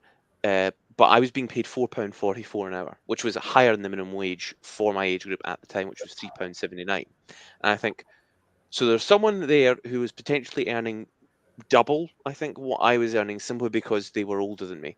And I thought to myself, no, I refuse to accept that that's fair. People who are under 25 can have some of the same responsibilities as people over 25. Arguably, the age discrimination on wages is something that really should be looked at as being I questioning its legality. I think it's been lowered. Like, obviously, we had these different brackets of how old you were and how much you got paid. But I think within the past few years, the Tories have pretty much eliminated they brought the highest bracket now is like 21, I want to say, or I'm not 20. entirely sure how it is now, but It's definitely not 25 anymore. I know that it's yeah. lower than 25, But but there is my still a thought would bit of be a that the idea of paying people different amounts of money for the exact same labor just for different ages is Oh yeah, no, it feels. I I mean, I fully might be wrong. Maybe agree. maybe there's a legal protection on this, but it looks to me like it would be an illegal form of ageist discrimination. That I think could be the presented at court as a violation of, like, I don't know, the Equalities Act or something. I think probably the argument made in favor of having these different amounts is to say something like, more often than not, if you're a person who's 16 or 18, it's less likely that you're going to have as many outgoings and expenses as a person who's in their late 20s. There's less of a chance that you'll be paying rent on a place, or you'll have children, or so on and so forth. However, the reason I disagree with that argument is quite simply because if you have two people that are working at the same place doing the same job, and yet one of them is being paid like £3 or £4 an hour more than the other, that's clearly unfair. Don't Yeah, you still have to be in some sort of full-time equivalent education until you're 18 now? Oh, I think that's the case. Yeah, So I'm not if that's the entirely case, sure, then but also maybe 18. If you're going to argue for a cut-off, it should be 18, because you'd still technically need to be in some kind of education. yeah, my argument would actually be have everyone be paid the same, but restrict the number of hours that 16 and 17-year-olds can do. Yeah. Like, as in say they can't work more than 25 hours a week or something. I don't know what the exact details are. I'm not into employment regulation. I'll but certainly agree with the idea of the highest level of age-based pay to be 18. If you're not yeah, going to scrap it altogether, at least make it 18. yeah, Yeah, I would agree just with that. scrap it altogether. But maybe limit hours rather than because I know that under the age of 16 you can work, but you're limited very, very heavily by what hours you can work. And I think even when I was 16, I wasn't supposed to be allowed to work later than a certain period of time. But of course, my employer didn't give a shit about that, and I wasn't just allowed to go home at 11 o'clock or midnight or whatever. I had to stay until the work was done, and I did because I got paid for it. Um, and it was maybe only an hour longer than, or half an hour longer than I was actually supposed to. I didn't check the laws at the time. But then having to get up at 7 o'clock in the morning and go to school was annoying, especially because sometimes I'd be set homework for the next day, and I'm like, I had to explain to my teacher at the time, I'm sorry, I can't do the homework. I literally will not have time between now and when it's to be submitted to do it. And she was like, oh, fair enough, just do it for the next day. Which was nice, but also I feel like, it does sound like maybe introducing like required hours, because when I looked into it back in the day, when people were still in education and were doing work, most places would essentially only have teenagers working on days when they weren't at school. But of course, with 0 hour contracting, that goes out the window. Where's Labour at on the 0 hours contracts, by the way? Because that was one of their policies to get rid of them. Is it one of them that's been a little bit watered, where it's like not banning all 0 hours contracts, but making it optional, or there was something I'd heard about that? Because I remember at the time when I first heard that being floated a few years back, I was on a 0 hours contract at the time, and I kind of went, "Oh, actually, well, this works for my present circumstances, so I wouldn't want it banned." But So Labour's new deal for workers will not ban 0 hours contracts fully. The revised proposal will allow employees to choose 0 hours options, which has prompted fears that employers will put undue pressure. So giving the choice to the worker of whether or not they're on a 0 hours contract essentially just allows an employer to say, to force it on them. Because Right. presumably, if you have two candidates, one who's willing to do 0 hours contracts and one who's not, then an employer will simply hire the person who can do a 0 hours contract, depending on the exact situation. He did mention stuff about, obviously, about rather than it being a sort of 0 hours contracts, they try and regulate a specific amount of hours someone could do in a week on one of those contracts. Yeah. So they could make it they could bring in regulations for like a 15 hours contracts or something like that. I would not be surprised if they did something like that. Yeah, that seems like the kind of piece of legislation that is a relatively modest policy proposal, which then gets proper regulation at the committee stage when it's an act, when it's a bill going through the Commons. I've got another little area to be looking at on our Reform versus Green. Are you ready? This one you might find a bit tricky. Are you prepared? All right then. So,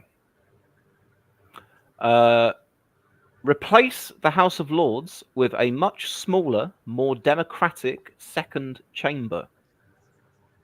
Reform. Greens. No, I'm much smaller. Immediately screams reform to me. Yeah, reform. All right then. I will read out what they've both got to say on this particular area in full. So, reform. To be fair, it would have been very obvious it was reform because I left out one particular word. I'll read it now in full. Replace the crony-filled House of Lords with a much smaller, more democratic second chamber. Structure to be debated, immediate end of political appointees, replace civil service leaders with successful professionals from the private sector who are political appointees who come and go with the government. The Greens, on the other hand, say replace the House of Lords with a elected second chamber.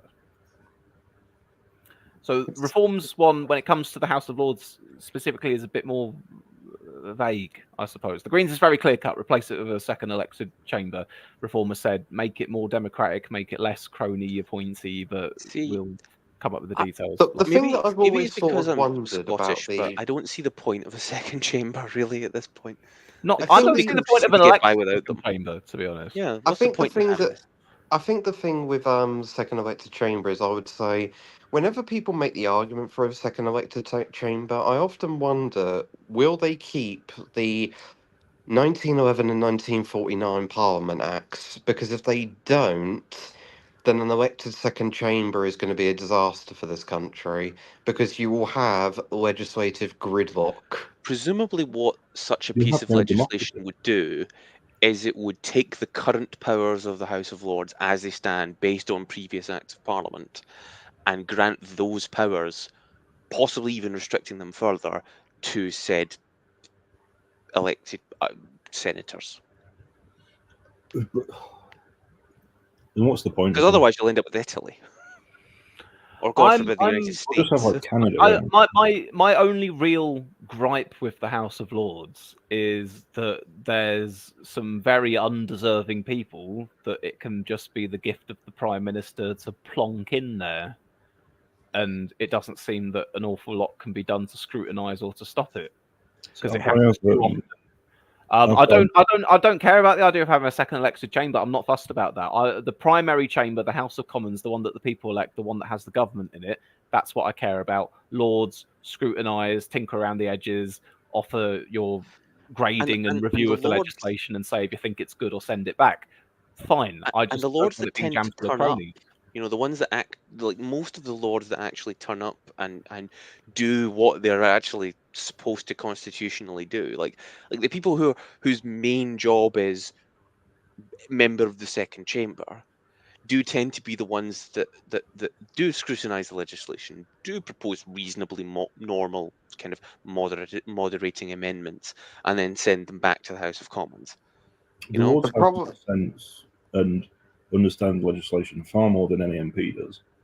And The problem also is, I mean, to be fair though, is that most of the amendments that they put, 50% get rejected straight away by the government. And if the wards is too much of an issue for the government, then after a year, they just um, evoke the Parliament Act of 1949 and just pass the legislation through. That's what happened with fox hunting for Tony Blair. That legislation was delayed for over a year because the Lords kept blocking it, so he had to overturn it with the 1949 Parliament Act. Was that Yeah. Was that in Labour's preceding manifesto? The fox I hunting? think it was in their second Yeah, term. because the Fox Hunting Act was 2004, and that would have been after the 2001 election. And importantly, I'm pretty sure once they got rid of the hereditary peers in 1999, the Tories lost their overall majority in the House of Lords, and that was one of the problems they had, I think, during the sort of period where they didn't have a majority in the Commons, was their ability to exercise the 49 Act and push through legislation in spite of the House of Lords was neutered by the fact that they didn't have a majority anyway. Because during the coalition years, Labour and Liberal, Conservative and Liberal, were a majority in both houses, or near a majority in both houses. I think the main problem with it is that I find is that there is no limit on the number of people that can be in the House of Lords. Theoretically, you could put 10,000 people in there and there'd be no problem with that. It's the second largest legislative chamber in the world behind the Chinese Congress, which I love is. I love that factoid. I was Well, the waiting other for Tom thing to would be bust that that out. it's probably close. I think isn't it close to the European Parliament now? Like, isn't it now like at least like below 800? I think the European House Parliament's like five, 700, about 740. that. Is more than 700.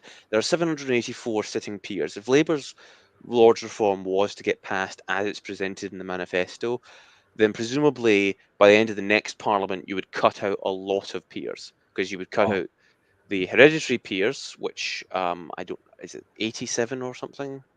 92, I think. 92. 92. So that cuts out 92. So that's us down to 670 something. So 692.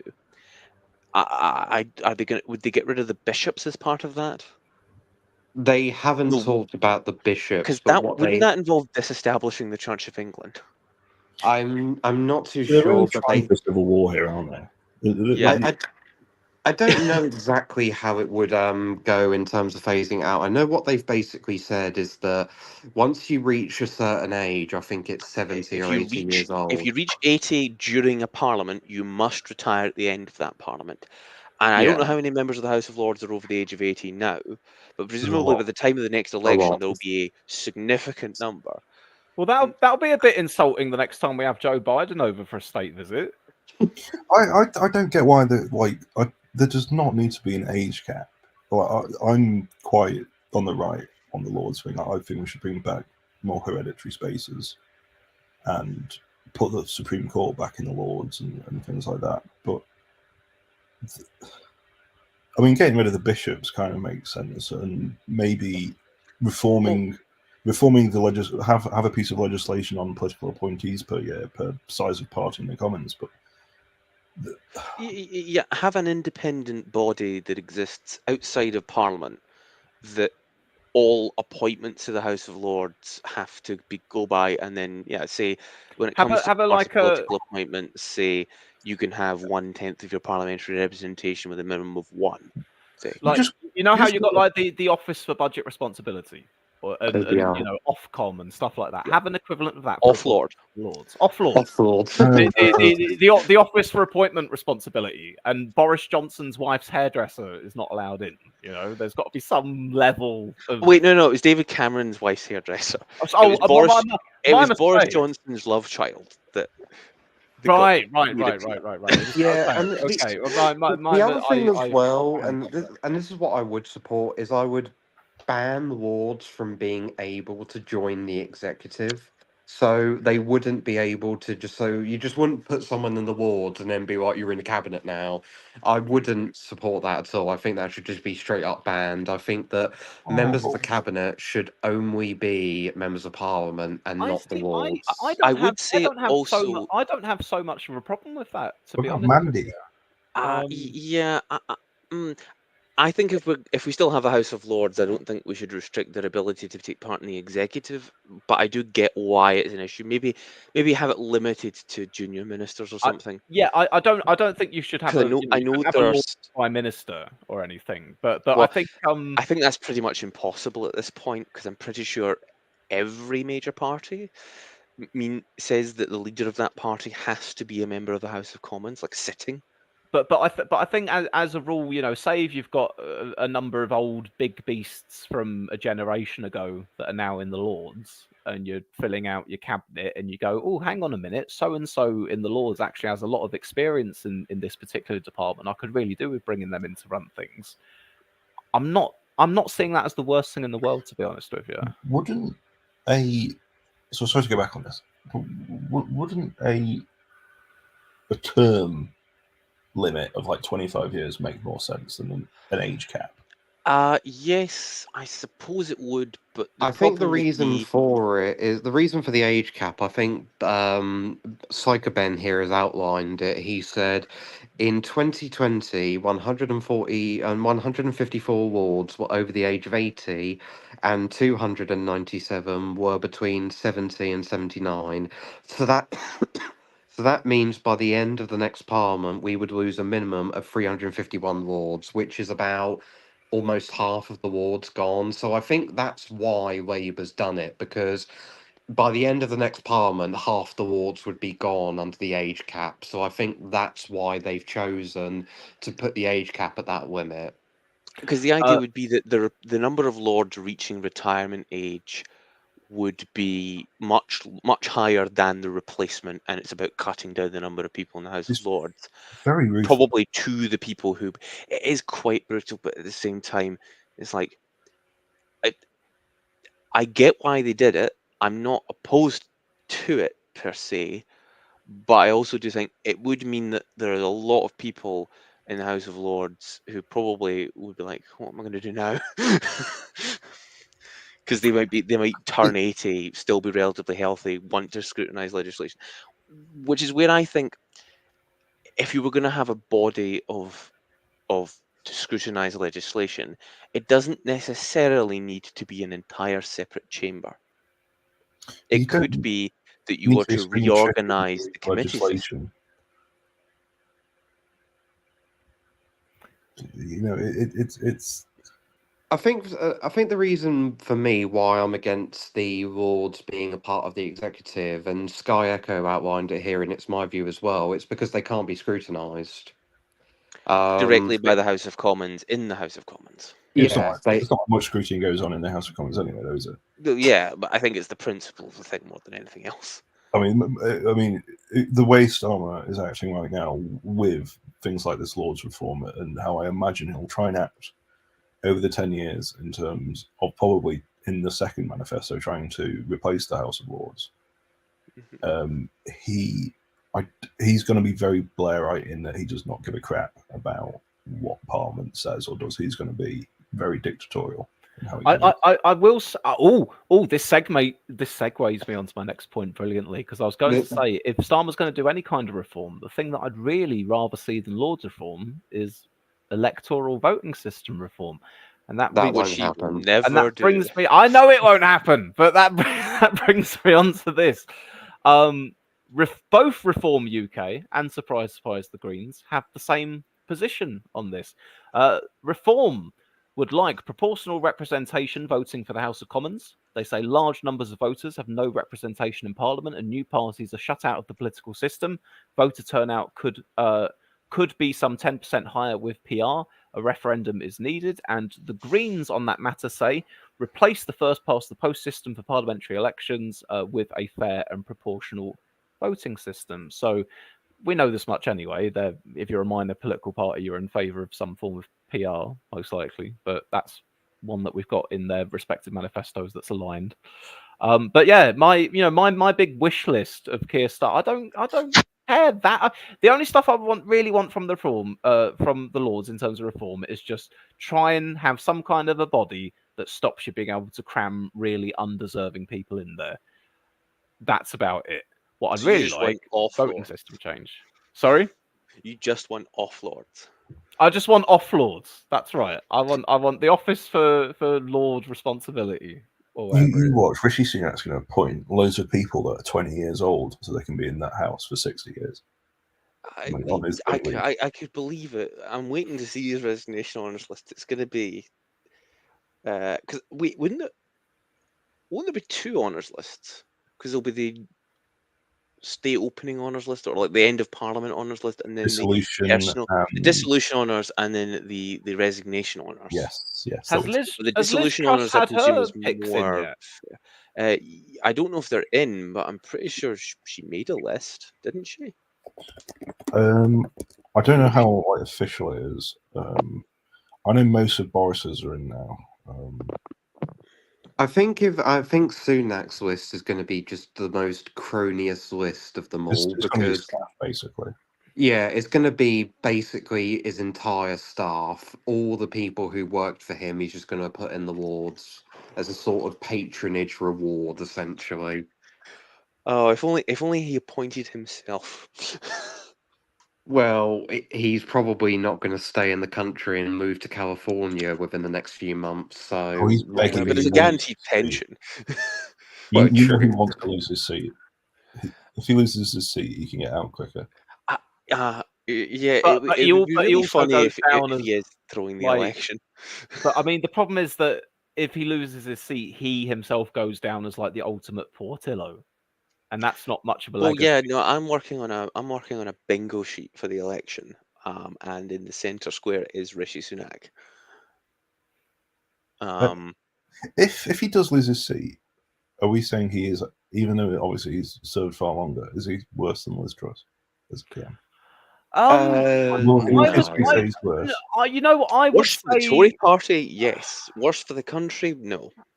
No, I would say that No, Liz Truss was so disastrous in such a short amount of time, whereas Sunak is not a good politician, but actually, by and large, I don't think he's done as much damage to the country in the year and a half that he's been running it that Truss did in the month and a half that she was.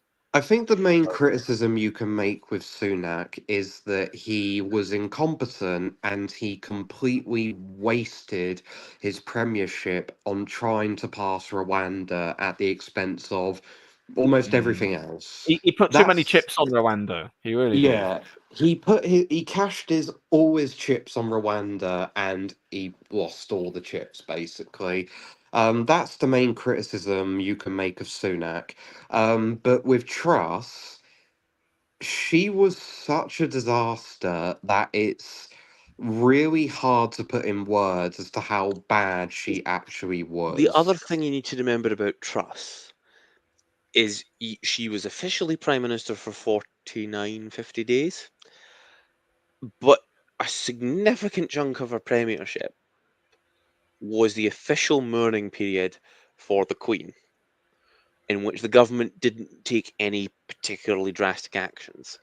Then, leading up from the end of the mourning period to her mini budget, okay, it was pretty bad in general, but really from the budget onwards, There was she not nearly collapsed the not a economy. day of there's There, not there, a there, was, day there, of yeah, there normalcy. wasn't a day where you could not describe that as a complete disaster of a day for her premiership. So what you're saying is that the Liz Truss premiership was going fine up until the point she started No, making I'm not saying decisions it was and going doing fine. things. I'm just saying that relatively speaking, No. the days I between the end of the mourning I period know. and the mini budget I know. weren't great, but compared to after the mini budget, what I'm trying to say is the sheer concentration of failure in the Liz Truss premiership is so high that it's like pick any 50 days of any other prime minister's period in office, and none of them have ever been that bad. Like, I think it's important to note that what she did is she single handedly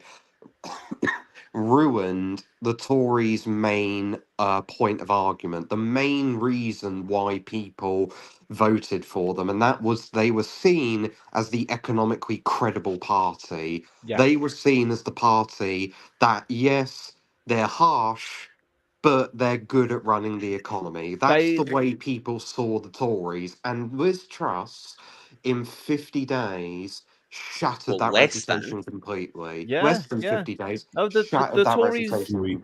the completely. Tories had a reputation for competence with the economy. That they weren't always the most friendly or cuddly party, and in fact, they'd often make a hell of a lot of decisions With the which would really party of fuck over hard people on the decisions. bottom of the ladder. But Yeah. they wouldn't drive the economy off a cliff, and Yeah, that was it's they point were in their always the favour. party of hard decisions and fiscal Oh, tough responsibility. decisions, Yeah, but tough now, decisions had to be made.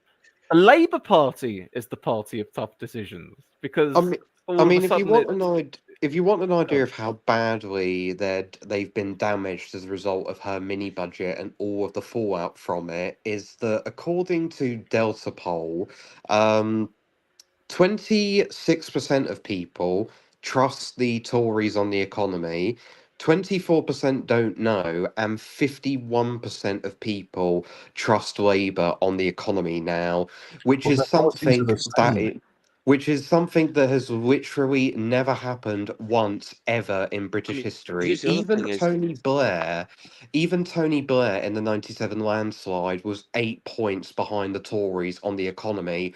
The fact that Labour is beating the Tories 2-1 on the economy, and the don't know option is within margin of error of overtaking the Tories, is a catastrophe. It would be like if the Tories were 51% on the NHS and Labour were being overtaken by don't know on the NHS. so, It's that so bad. can we And distill this down then? Because there's all these different factors how we assess how Labour will do in the election and what are the reasons for them doing better than the Tories and blah blah blah. But if actually you strip it all back to that age-old adage, it's the economy, stupid, and you go, here's Labour best rated on the economy versus the Tories that they've ever been, and here's Labour winning the most seats that they've ever won.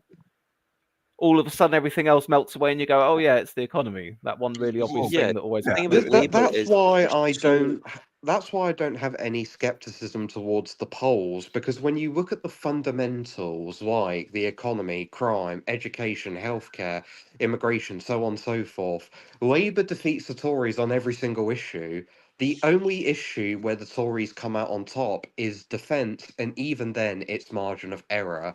But on every single issue, they're miles ahead of the Tories, even on the economy. And when you look at preferred prime minister, Starmer is ahead by miles over Sunak, which is why I believe the polls. It's not like 92 or 2015, where David Cameron was ahead of Ed Miliband on preferred prime minister and John Major was ahead of Neil Kinnock on preferred prime minister. Starmer is miles ahead on everything, and Labour is miles ahead on everything. I was going to make the point that Labour is so cautious about its economic proposals to the point where maybe it's to the point of being so uninspiring that millions of people really don't care and don't see the difference and all that. But the point is, it will win them the election, and whether they carried out their proposals or went slightly further, depending on how bills pass through Parliament and all that, because like what is written in the manifesto are not bills that get passed in the House of Commons. It's more complex. But the point would be that Labour will not it's very unlikely that Labour will destroy the economy. And because of how vibes-based markets and inflation can be, and how any action by the government can spook the market, it is vibes-based. The vibe I of agree. Labour is stability, economic sense, moderate capital investment from the state, working closely with the private sector for ideological but not like explicitly ideological, like not like extremely ideological economic views. The thing about Truss was she was willing to tank the economy because she believed that Britain should be governed in a particular way. The economy should be or should not be regulated in a particular way. Whereas Labour's view is kind of like, we basically want to keep most things the same. It's just we want to run them as efficiently as possible to generate the revenue for the state necessary for us to meet our funding commitments for our policies. It's all very procedural. Like, I'm pretty sure the Labour manifesto was the only one that actually had spreadsheets at the back. Or not in the back. It had it all across the front. Oh of yeah, it. It was all yeah. within The there. point is, the Labour Uh, manifesto is very, very dry. It was It's the one most of the- boring no, and no, hard to read manifesto that I read this election. I'm sorry to disappoint you here, but I have the reform costings from the back of their contracts with the people here. And if you want Yeah, some but spread, that was if you, scrawled on a napkin with crayons. look, you want some spreadsheets? I'm going to give you some spreadsheets, okay? You want some questioning the spreadsheets? IEA and Patrick Minford. Here's my spreadsheet, okay? Column A is the name of the thing, and column B is approximately how many billion it will cost. Or This is our save in this case. sophisticated spreadsheet here. Okay. So, And there is no way to scrutinize these figures, is there? Like, what do you does it mean? say What where do you they mean? got? There's no way to Wait, no, wait. Does scrutinize. it say where they got their data from? They've, Is there they've got a little. any They've got a little response? key at the bottom that tells Yeah, us what all no. these things mean. But is there any way for one to look at these proposals and figure out where they came from? How did they arrive at these numbers? Well, Well, the yes, thing yes, that's there, quite there, there mad is, about there this- is, but unfortunately, Nigel Farage paid these people to have the numbers ready, but they wanted to wait until October, so they don't quite have the costings ready because they were caught on the fly. It's the Exactly. vetting system all over again. So But presumably they'll be suing that company as well. well, I think a lot of reform stuff is in, like, efficiency savings that they want to cut out. That's not Save real. 5 That's in not 10 a real and thing. That's not savings. That's No. numbers we make up. Yeah, that's the point I was about to get to. That you say efficiency savings, or we will save 5 in every £100 by getting rid of this, that, and that. But you have efficiency savings and growing the economy. Infamously, You might as well the do two what ways Melee of did and saying just here say we we're are. going to scrap entire departments and sack everyone who works there. You might, Yeah. I mean, why like can't they just that's go, actual like- savings. Yeah, they might just go full Javier Milei, Afuela, and just close. I would believe half them. the government. I would appreciate it if they did that rather than what they're doing, because at the very least, Melee was honest with his absolutely deranged way of governing Argentina. Like, the man's insane, but he's honest about his insanity. It's like how I think the Tories with their veiled, you've seen they've seen the posters, the laying out the red carpet video, the posters where it said "Don't surrender to Labour" with images of people holding their arms up and Or the surrender, other one that was which was really deliberately evoking Holocaust imagery, supposedly. And I just think, the why one that don't they was just quite come out and say Keir Starmer is going to bring back window tax? Keir Starmer is going to put you in a ghetto if you question his the gender policy, or Keir Starmer is actually Stalin and he will purge the British political establishment of anyone who disagrees with him, well. I mean, and to this is be the last fair, general election we're ever going to have. to be fair, Peter Hitchens believes that. So Well, see, the thing is, if the Tories were advancing Peter Hitchens, they may be able to actually claw some voters back from reform. Oh, Well, I mean, conservatism is dead in modern Britain. There's no way we're ever going to get conservative ideals again. well, Yeah, the Peter thing Hitchens that's went off the particular- deep end when the Tories won in 2015. The thing that was Um, particularly oh. the thing that was really strange about the anti-Starmer stuff from the Tories is the one that was the most ludicrous was when they tried to do the Jeremy Corbyn their international embarrassment thing, because they got pictures of Putin, Kim Jong Un, and Xi Jinping Oh, all yeah. looking at Starmer with a sort of like predatory look, and Starmer with his back turned, and it said they're watching him fail. Don't make our country weak or something But like wait, they did that. before with Miliband in the pocket. Didn't they do this with Miliband in the pocket of Salmond and with I think Corbyn in the pocket of Sturgeon? Like, just put Keir Starmer in the coat pocket, like the breast pocket of Putin, of Kim Jong Un, of To be fair, I'm But they're surprised trying to they do it to haven't- say, oh, Starmer's weak, and all these despots will be really pleased that weak Starmer is in, yeah, and but I that's think why, literally put a massive poster. Well, this would involve a level of organisation the current Tories are just incapable.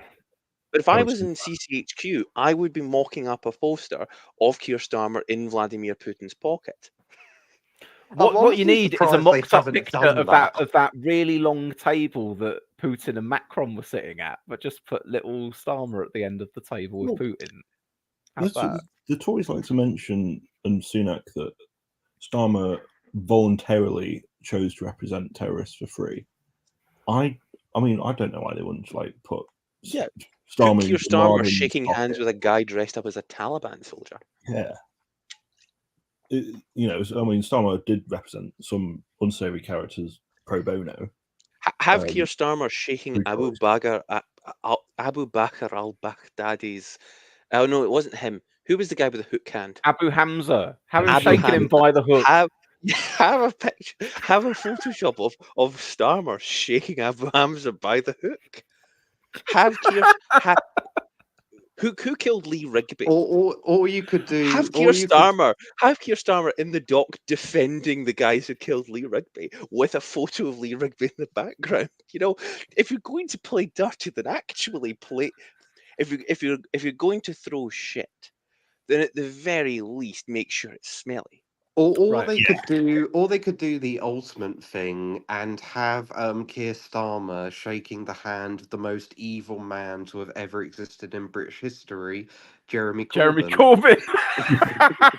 Corbyn. Just do posters of Keir and Jeremy standing on a stage together. Or there is- the one that could actually work is you could have a picture of Keir Starmer in Jeremy Corbyn's pocket. That's another thing that you could do as well. That's another one. Yeah, there are so many things that Tories do, but that would But require. there's but that's got real flawed logic to it as well. If you're going to do a picture of Keir Starmer and Jeremy Corbyn's pocket, but then you've also got Keir Starmer has literally booted Corbyn out from standing as a Labour candidate, and they're facing against it. Oh, by the way, real quick little pivot here. I think I know what you've seen. You know what I've seen. Yeah. We've got an MRP projection for Islington North, so this is part of an MRP. right, I'm okay. assuming. Corbyn on 37%, Labour on 33%. Now there was an individual constituency poll for Islington North, which, as I'd said before, had Corbyn behind by some way, but this is part of an MRP that's come out has Corbyn ahead of Labour slightly. So there we are. Take of that what you will. There was some news that a female Corbyn supporter has been punched in the chest by a male Labour canvasser. Oh, that doesn't help. That really. I doesn't thought you help. were trying to make allusions to the time that Jeremy Corbyn high-fived what's her face on the Thornbury. chest. No, Yeah. Oh yeah, Thornbury. yeah. He went Ah! in for a high five, followed through, but As a she tit moved her slap. hand. And By he the way, slapped it's worth. I just wanted to point out about that MRP poll is it's based on extremely flawed data from electoral calculus. Yeah, the other Look, thing would I be that just the more read in out what common Twitter poll. tells me. Yeah. Okay. Yeah, I mean it's worth noting that this same MRP has the Tory party on 3 seats, and while that would be 3 seats away from the dream of hashtag zero seats, it's not going to happen. So that's why I find it ridiculous. Right, Well, guys. another thing would be I that- want to say this. I will interrupt you very rudely. But then I will let you talk. I want to finish the stream quite soon, so I'm going to put a timer on to say about 10 minutes left. I will let you finish your points you wanted to make, but then before we go, Sky Echo 7 has been desperate for us to talk about Bristol Central, so we will make that our last topic. The Green Labour target seat. Yeah. Yeah. But was thank there you. anything anyone wanted to say on what we were discussing? I was going to finish by saying, so it's an MRP poll. Now, my understanding is those are large polls conducted over the whole country, and then they're put into models like electoral calculus, which is itself not particularly reliable when it comes to weighting and things, especially regional. But that's a specific prediction for one specific seat. Do we know how many people were actually polled in that seat, or is it just a model predicting based on how well certain independents Well, do? these MRPs are based on how different demographics of voters are supposedly moving this way and the or other another, thing which would makes be it tricky for a contest with local coloration to it, such as an independent candidate. And the other doesn't thing it? would be that didn't the same guys at Stats for Lefties didn't they commission a poll that only polled people in Islington North, and Labour was comfortably ahead? Yeah, they were ahead by Yeah, So, like, 14%. true. but they're still Yeah. promoting these MRP polls with these projections because it shows what they want. And also, the other thing would be like, from my surely you recollection can. of Stats for Lefties, I tended to remember that Stats for Lefties, the favourite stats from Stats for Lefties were the stats that showed the lefties doing well. That tended to be the That would way be of it with Stats Indeed. for Lefties. And the other thing would be Yeah, that basically. when I look at these things, I wonder, you can make tiny, you can just plug in the data directly from an MRP poll and then just say that that's what an election result would be. The other thing is you can make tiny adjustments that can, in these electoral projectors that can wildly change the results. If you maybe average out the results such that there's maybe a larger block of independents, and that can throw an independent into being elected and things. Like when I put in things in electoral calculus, if I don't calculate it properly, then if there's maybe 1.5% for independents as opposed to 1.1% or whatever, that will suddenly throw up, oh, that one independent that did really well in East Devon last time wins the seat, or the Ashfield Independents win in Ashfield. It's like, I don't know if that is reflective of them on the ground. It feels like it really just is cope. That would Doing be the the polls I like correct that. think, term. to be fair, that's all the Corbyn supporters have really got left at this stage because I mean, I said it from the start of the election that Corbyn was very unlikely to win because I don't think people really appreciate how difficult it is for an independent candidate to win an election. Um, it very rarely happens, and when it does happen, it usually only does because it's a very specific constituency that's had a very specific scandal that has affected a very specific party. I know I've used the word specific a lot, but that's really what it takes Yeah. for an independent to win because And we're they not have like so many institutional disadvantages. They don't have canvassing data that tells them about a local area. They don't have demographic data that shows them where they would be best placed to go, where their supporters would be, where they can go to campaign and meet up with. They don't have the money and the resources and the activists that the parties have. They don't have the brand recognition and that those parties do because so many people will just see Labour Tory symbol and put an X in it. That's why it's such an immense struggle for independents to do well. So, and Corbyn was no exception to any of this. And the problem that didn't help him with Islington as well is Islington has a very high turnover rate for people living there. A lot of people leave and a lot of people come into the constituency, partly because of how expensive living there is. So even though you may have had a lot of people like Corbyn and want to vote for him in 2019, those people may just not be there anymore because they've left. And the other thing would be that I'm not right. Jeremy Corbyn's constituency, at least in the previous boundaries, was the smallest constituency in terms of geographic area. So there might be a Yes. lot of people living all around there. They might live just a few hundred meters away from where Corbyn lives, who are in a different constituency and can't vote for him. Can go and campaign for him, sure. Might even think that they live in the constituency, don't really remember, or maybe with the high turnover, have moved into Islington, but actually live in Islington South and Finsbury, and will not be able to vote for him. Can I? One last thing I was Sorry. going to say was, Yeah.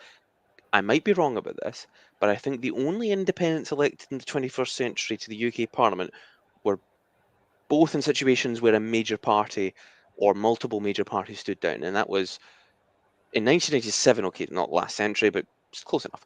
In Tatton, that BBC journalist that stood on an anti-corruption platform against a Tory. Um, I think both Labour and the Liberals stood down there. And the one in Northern Ireland for a few elections was because like the main Unionist party didn't stand, it was like an independent Unionist candidate was standing with the tacit support of Unionist parties. Like you can't really win as an independent unless you either are a localist with a massive support within the constituency, or someone stands down to let you and transfers their support to you. There was Corbyn's screwed. So is Galloway. there What- was the because this is quite on topic, he's just died today, was the Kidderminster Hospital guy, who was an MP from 01 to 2010. I don't think the major party stood down for him. Yeah. What I want to do, guys, is just drag us back towards Bristol Central before we go, because that was a request from in the chat. This is one that the Greens are targeting. That currently Labour's what's her name? Debonair. Bangham Debonair, that's it. So Bristol Central, there was a Bristol Central once upon a time in the 1970s until it was abolished. The current Bristol Central, after the review of Westminster constituencies, is mainly comprised of the former Bristol West. Apparently about 70% of the constituency is what was Bristol West. If we take a look at Bristol West in 2019, Bangham Debonair won it with 62% of the vote. Second place behind was the Greens on nearly 25% of the vote. I'm guessing that maybe why it's more favourable to them in this election could be that of the 70% of Bristol West that's now been put into Bristol Central, maybe the 30% that got shaved out was more Labour than it was Green. Maybe so it favours the Greens a bit more, but they're targeting this one heavily. I think off the back of very strong performances in the local elections in that area. Carol Vorderman of Carol Vorderman fame predicted the Green Party would win election with 52% of the vote share there, and it's also generally speaking described as one of the most pro-immigration constituencies in the UK. It had one of the lowest votes for Brexit. It altogether just demographically sounds like the sort of place that if the Greens were going to capture it's the somewhere, ideal seat for the Greens to target, especially because I'm not right. Bangham Debonair is not hugely popular. It is importantly not popular among people on the left, and probably there are many people who did vote Labour who will vote Green. It'd be interesting. I kind of would like to see the Greens win. You know, having two MPs or having one MP if they lose Brighton Pavilion would be nice for them. But like, Well, to be fair, it's difficult. It's still very difficult.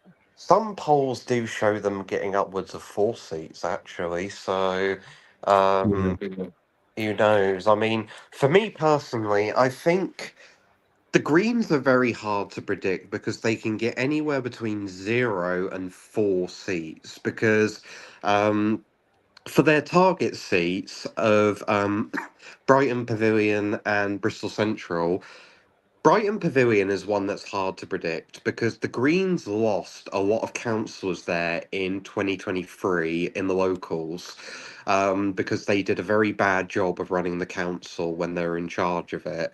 And Caroline Lucas is no longer the candidate for Brighton Pavilion anymore. She stood down at the election, so she doesn't have that name recognition anymore that helped her win that seat multiple times in a row. So it's a very hard one to predict, Brian Pavilion. The Green vote share has increased a lot, so they may keep it just through that alone, but they could also potentially lose it to Labour, depending Then on how it again, pans out with for with them. how LGBT Brighton is, I could see a lot of people voting Green, even against what they might view as sort of failures of the Green Party locally, on the basis that the Greens' LGBT policies are more liberal than Labour's. That is I would true, yeah. if I had to hazard a guess, I'd say that the Greens hold Brighton Pavilion, but maybe with just a reduced majority over Yeah, Labour. and I could see them Yeah. narrowly winning Bristol Central. My question would be also, where is the university in Bristol? Where is its campus? Where is student accommodation? Where do students live? Because I could see a lot of students voting for the Greens, especially with their student policies, their LGBT policies, their immigration policies, and all that. Can I add to that particular point as well? I've been hearing quite a bit in the selection campaign about the hollowing out of some of the demographics that supported Labour in the past. That obviously Labour chasing after these Tory votes, these middle ground voters, and all the rest of it. That some of the younger voters, the more progressive voters, LGBT voters, yada yada yada, they are moving away from Labour. Obviously, though, Labour have pulled in net far more voters than they pushed away by the looks of things. But this Green seat in Bristol Central will be an interesting test case, I imagine, of seeing what can happen when Labour pushes away some of the younger or more left-wing voters Oh. that previously were an integral part of their base, whether the Greens really do benefit from that or not. It will be Yeah. interesting. Okay. So I had a look Yeah, at I it, think what's and been speculated, and this has kind of been proven by the Holborn and St Pancras constituency poll, is that Labour will likely see their vote reduced in a lot of their safe seats in the urban metro areas in the English cities, but they will see their vote share increase substantially across most of the country. And that's a calculation that they've largely accepted. They've accepted that it's worth making safe seats ever so slightly less safe than. But gain a whole bunch of seats across the country, then make your safe seats already safe, but barely win any seats outside of that. That's So essentially the calculation they've made. in a nutshell, then Labour are plastering on votes in the places that they need to beat Tories, and Yeah, pretty much. willing to shed a bit of support in areas that have been Labour forever. Which makes what's the expression? Am I getting this right? Where someone says that something is Labour support in the country then will be wide, but it will be shallow, or something like that. wider but Yeah. shallower rather than deeper and thinner. In 2017-19, it was pretty deep, but pretty narrow. It was even narrow in 2019 and slightly shallower. Now it's going to be a lot wider, a lot very, very broader, and a lot shallow. shallower. If So you that think about it, potentially then that does set Labour up for trouble down the line, because at the moment we're at the tail end of the Tories being in government for ages. We've got Reform coming along and really eating into some of the Tory votes there as well. And some Labour's Labour. doing all right for themselves, but a lot of them doing all right for themselves is down to the Tories collapsing, and Labour have spread themselves in all directions to appeal to all people, but not necessarily having big anchors of support in this demographic or that demographic. So almost fast like forward Boris to one Johnson. election. What it reminds me of is that it, in many ways, reminds me of what happened with the Tories in 2019 with Boris's majority, because Boris's majority Was was very thin, was very spread out all across the country, but it was super thin and or it shallow would, is probably a well, better very description. shallow, and it could be defeated with a very small swing in the other direction. Same as Labour in Um, 1945 as well. Like yeah, look at 1945 to 50. or even 20, or even 97. 97 was much in the same way. That was also very shallow as well, but very widespread. But this is why I think that Labour will be a one-term government, because they're going to have the same problem the Tories have had the past 5 years, where Oh, we've lost basically, Swiss. oh no, Swiss is gone. We'll carry on the stream. Yeah. Wait till you can't stop the stream until he's back. Yeah, but we'll carry it on anyway. Yeah. But either way, basically, yeah. So that'll be the sort of problem that they have. And it's the same problem the Tories had. And I think that Labour, because of their fiscal rules, because of the terrible state of the country, because there's so many problems that they don't have any solutions to, I just don't see how this ends well for them. I really do think they will suffer the same fate that Boris's Tories ended up suffering, where they failed to achieve any of the objectives they set out to achieve through leveling up and solving regional inequality, and they just alienated so many people that they ended up losing their support overall. Yeah. So I was you just know gonna. how Starmer's been quite like open about how he wants to under promise and over deliver, but with what is going to be a massive landslide, and his slogans is just the word change. Are people going to feel it enough in 5 years? Like, are they going to be happy? Like, It remains to be seen. I'm not. I mean, I'm willing to speculate. I I think that think Labour the way might that, survive for me, I've into a second term, but I feel like yeah, it's going to be very hard for them to win a second term. One thing I was going to add was I did look up where the University of Bristol and where its student accommodation is. It's almost all in the constituency of Bristol Central.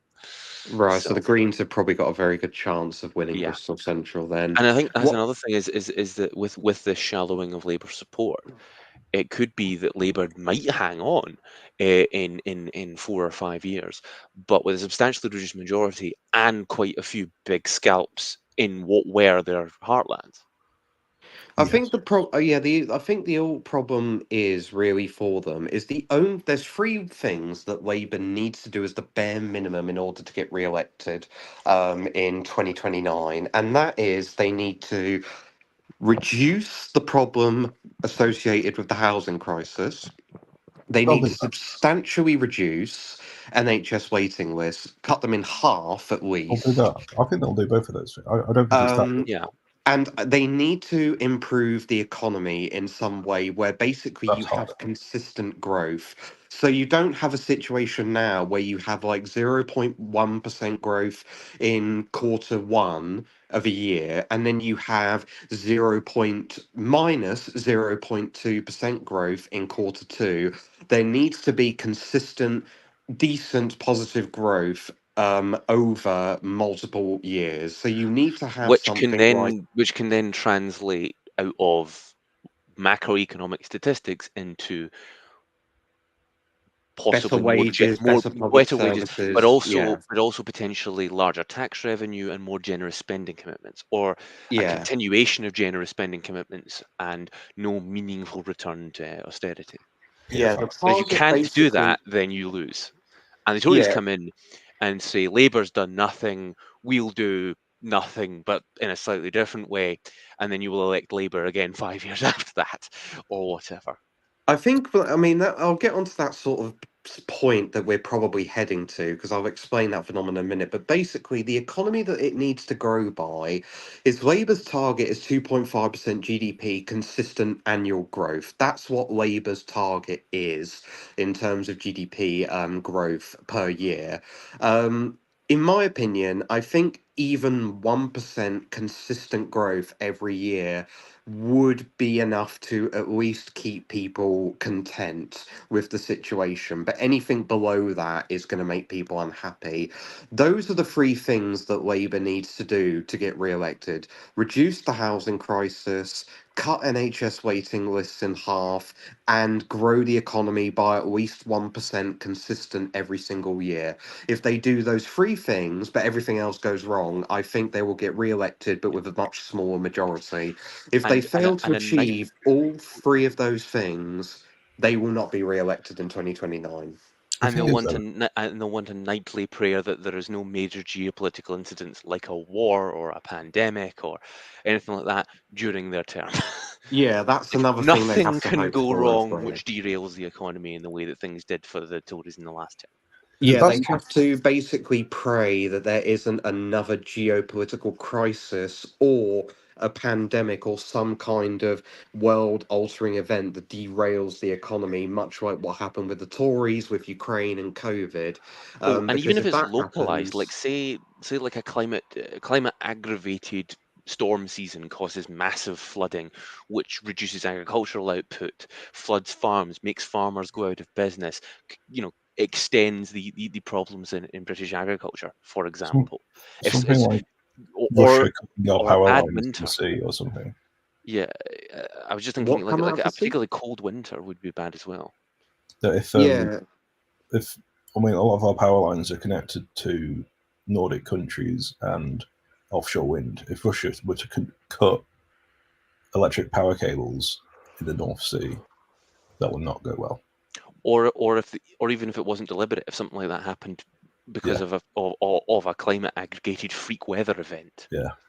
yeah, that's the sort of thing that. So these are the things that Labour basically has to do in order to get re-elected, and it is an immense ask because the their fiscal rules limit the amount of money that they're going to be able to spend in the NHS. So that makes their job of cutting waiting lists much more difficult.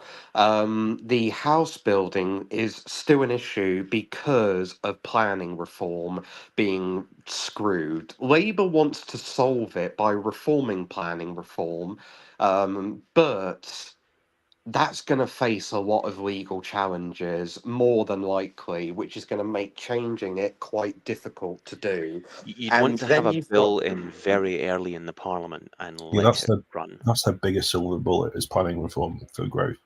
You're not going to get that Yeah, growth if you don't get the planning through. Yeah, that I think, to be honest, Labour's very first policy needs to be planning reform. It needs to be the very first thing that they do when they're in government, because that will generate growth simply because building houses generates growth. So they need to do it as quickly as possible in order to get the legal challenges out of the way as soon as possible. You don't want to be in the situation that Sunak has been with Rwanda, where the legal process just goes on and on and on, and it just drags out forever. And by the time you get to the end of your term, you haven't achieved your goal and it's failed. That's what they need to do from the very start. And I it's a think they will very though. difficult thing to do because of the legal challenges they will face. And then there's the economy growth. That is going to be their most difficult thing to do because, again, their fiscal rules will keep taxes high and they might even increase them. And if they do that, it's going to be hard to get a lot of growth because you'll be having less money going into the economy, but instead going towards the government budget. Yeah, They'll they're gonna have to figure that one out very, very quickly. So the hope would be that somehow they have long term, like basically they better have a 3-year plan or something, like planned economy levels of understanding what they're going to do when and stick to it. And if they don't have that, because we don't know if they have it or not, it's the kind of thing you don't advertise explicitly the details of it. They don't have that already. If they don't have that ready to go from day one, then they are going to be screwed. I think we might be able to say within a year whether or not Labour will be able to win. I don't Yeah, know. I've I looked at think public. the next election will be May 28. I don't think they'll do the full 5 years. I think they'll feel like if they can get some targets hit and people feel a lot better, but not like substantially, but better than now. They could potentially even go sooner than that if they Yeah. think that if if it's required. I mean, because you can just say, our plan is going well. We want to loosen our fiscal rules, and maybe make some some more generous spending commitments. But we feel that would violate our manifesto. Therefore, we're presenting this new manifesto. I They're think gonna the they'll want to increase the top rate of tax, and then I presume in their first budget this year they're going to increase capital gains tax. Yeah, capital gains, I think, is very likely to be increased. I think that what most likely will happen, I've seen public polling on this, and apparently, people would basically give Labour a year of a benefit of the doubt. They would basically allow them to not do that great for a year, but after a year, if nothing's improved, then the public will turn on them, is what they've said. They've said, you've got a year to make progress, and if you don't, we're going to turn on you as quickly as we turned on the Tories.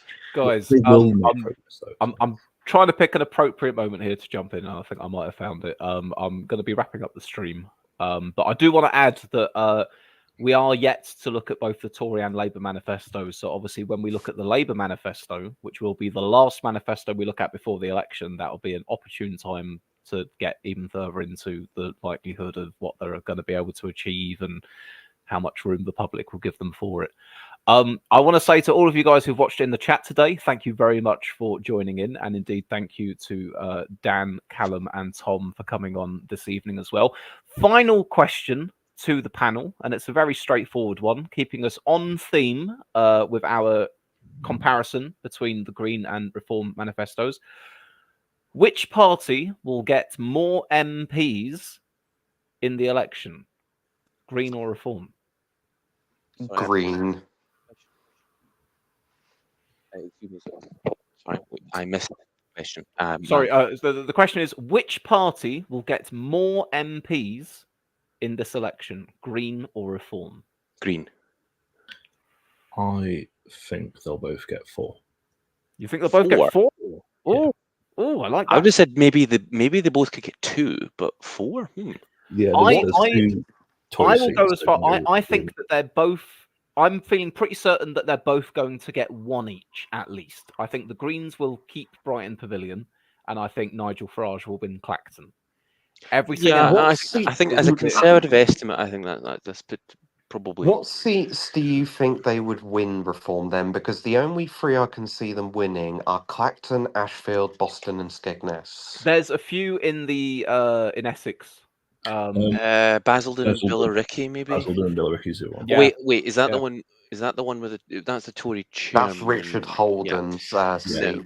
but the other thing I was going to say is, was the scandal just involving him? I wasn't sure whether or not the Reform candidate there had some scandals or something.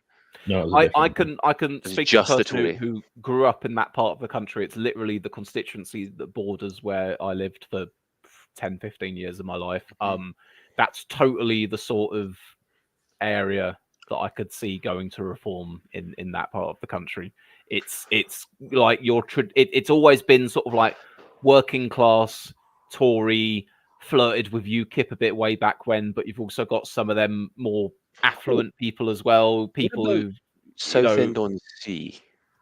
Yes. The one with where David Amos was the MP before he got murdered. Yeah. I was just thinking that's the kind of seat that Reform could do well. It might not win, but they could do well on the basis that the Tories' laws weren't strong enough to even protect their own MP. That one's not on my radar as far as No, but I the thought most that likely maybe that's reform one where you could see Reform doing well but not winning. Well, I So mean, basically- doing well, yeah, because it's that bit of the country, but certainly not. I taking wondered if out the that big. specific conditions in, I think it's Southend-on-Sea West or something. I think Where for like me, I think they will get 2, given the current polling at the moment. I don't think that Reform is like the Lib Dems, where their vote is very efficient. It's very widespread. So I think they'll get 2, and those 2 will be Ashfield and Clacton. And I think that the Greens will get Brighton, Pavilion, and Bristol Central. So they'll both be 2-2. But Greens will probably be stronger in vote share in both of them. If they were to win any more seats, the seats I can see for Reform winning, I don't know much about the Greens, so I can't comment, but the seats I can see Reform winning are Boston and Skegness, very heavily right wing seats, so that could potentially go to them. The other 2 seats are the Barnsley seats. And the reason I think they'll get the Barnsley seats, if they get any more seats, is because Barnsley was the only constituency in the UK where the Brexit Party came second in 2019, not that far behind Labour. And Reform are only 5% behind Labour in both Barnsley seats. And if there's a collapse and sort of tactical voting tactical voting is probably the wrong way to describe it, a migration of Tory votes to Reform, then yeah, I could see them. That'll be interesting. And the thing about Ashfield, I feel like, unfortunately, I could see Ashfield going Reform on the basis that Tory voters will vote for Lee Anderson again. Reform voters, people who would have voted Reform, that might have voted Tory last time, will vote Reform. Labour voters will probably not vote for him, but there might not be much tactical voting against him.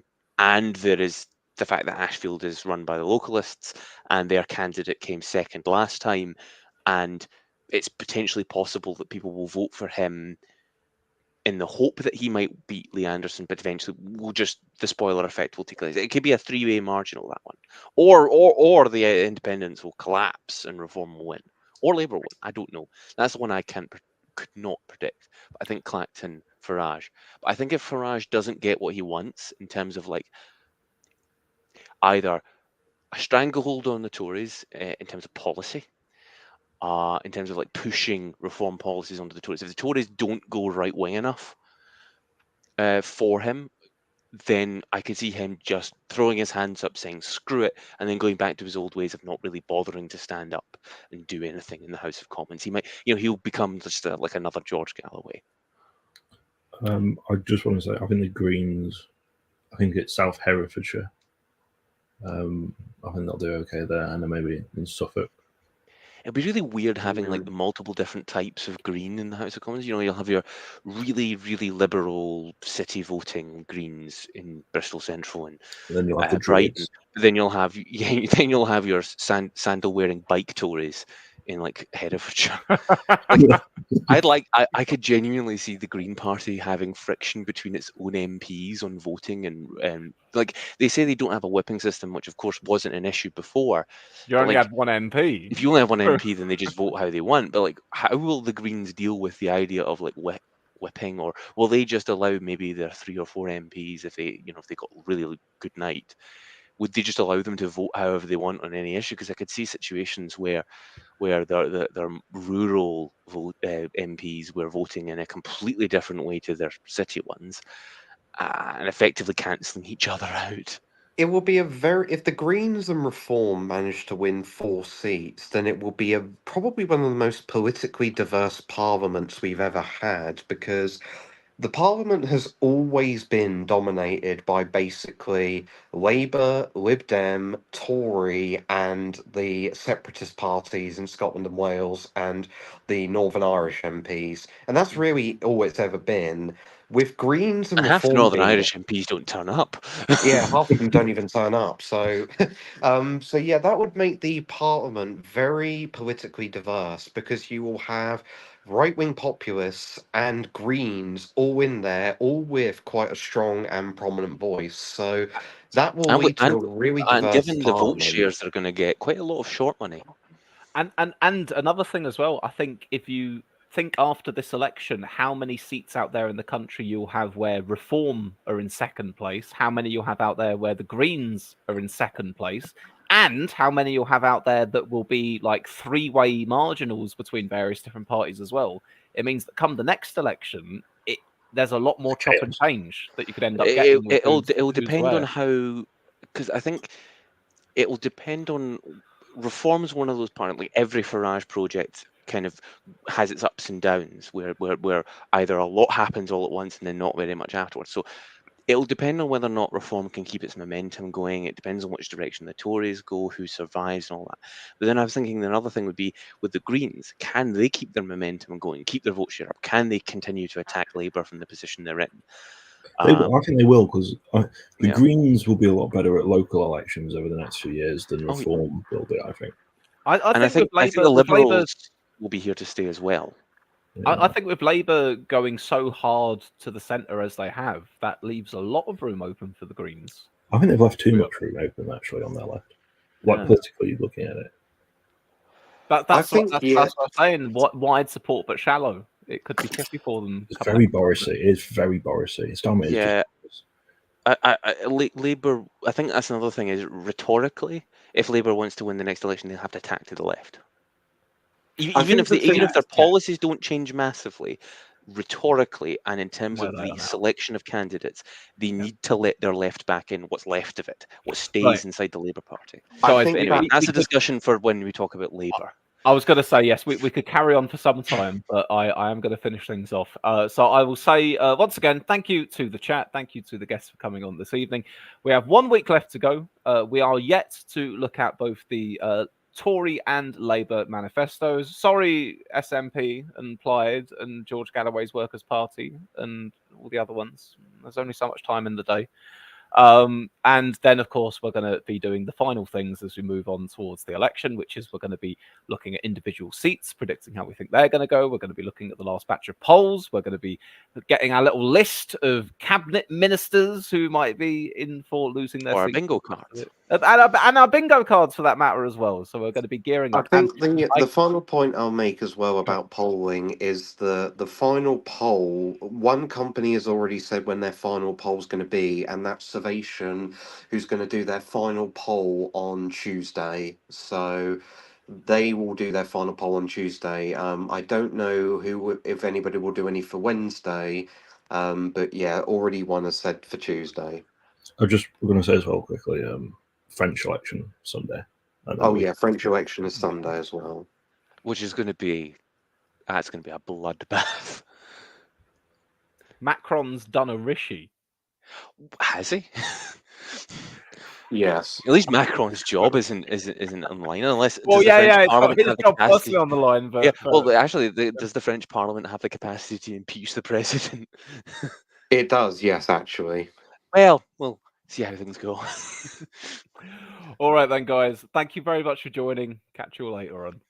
Ta-ta. Goodbye.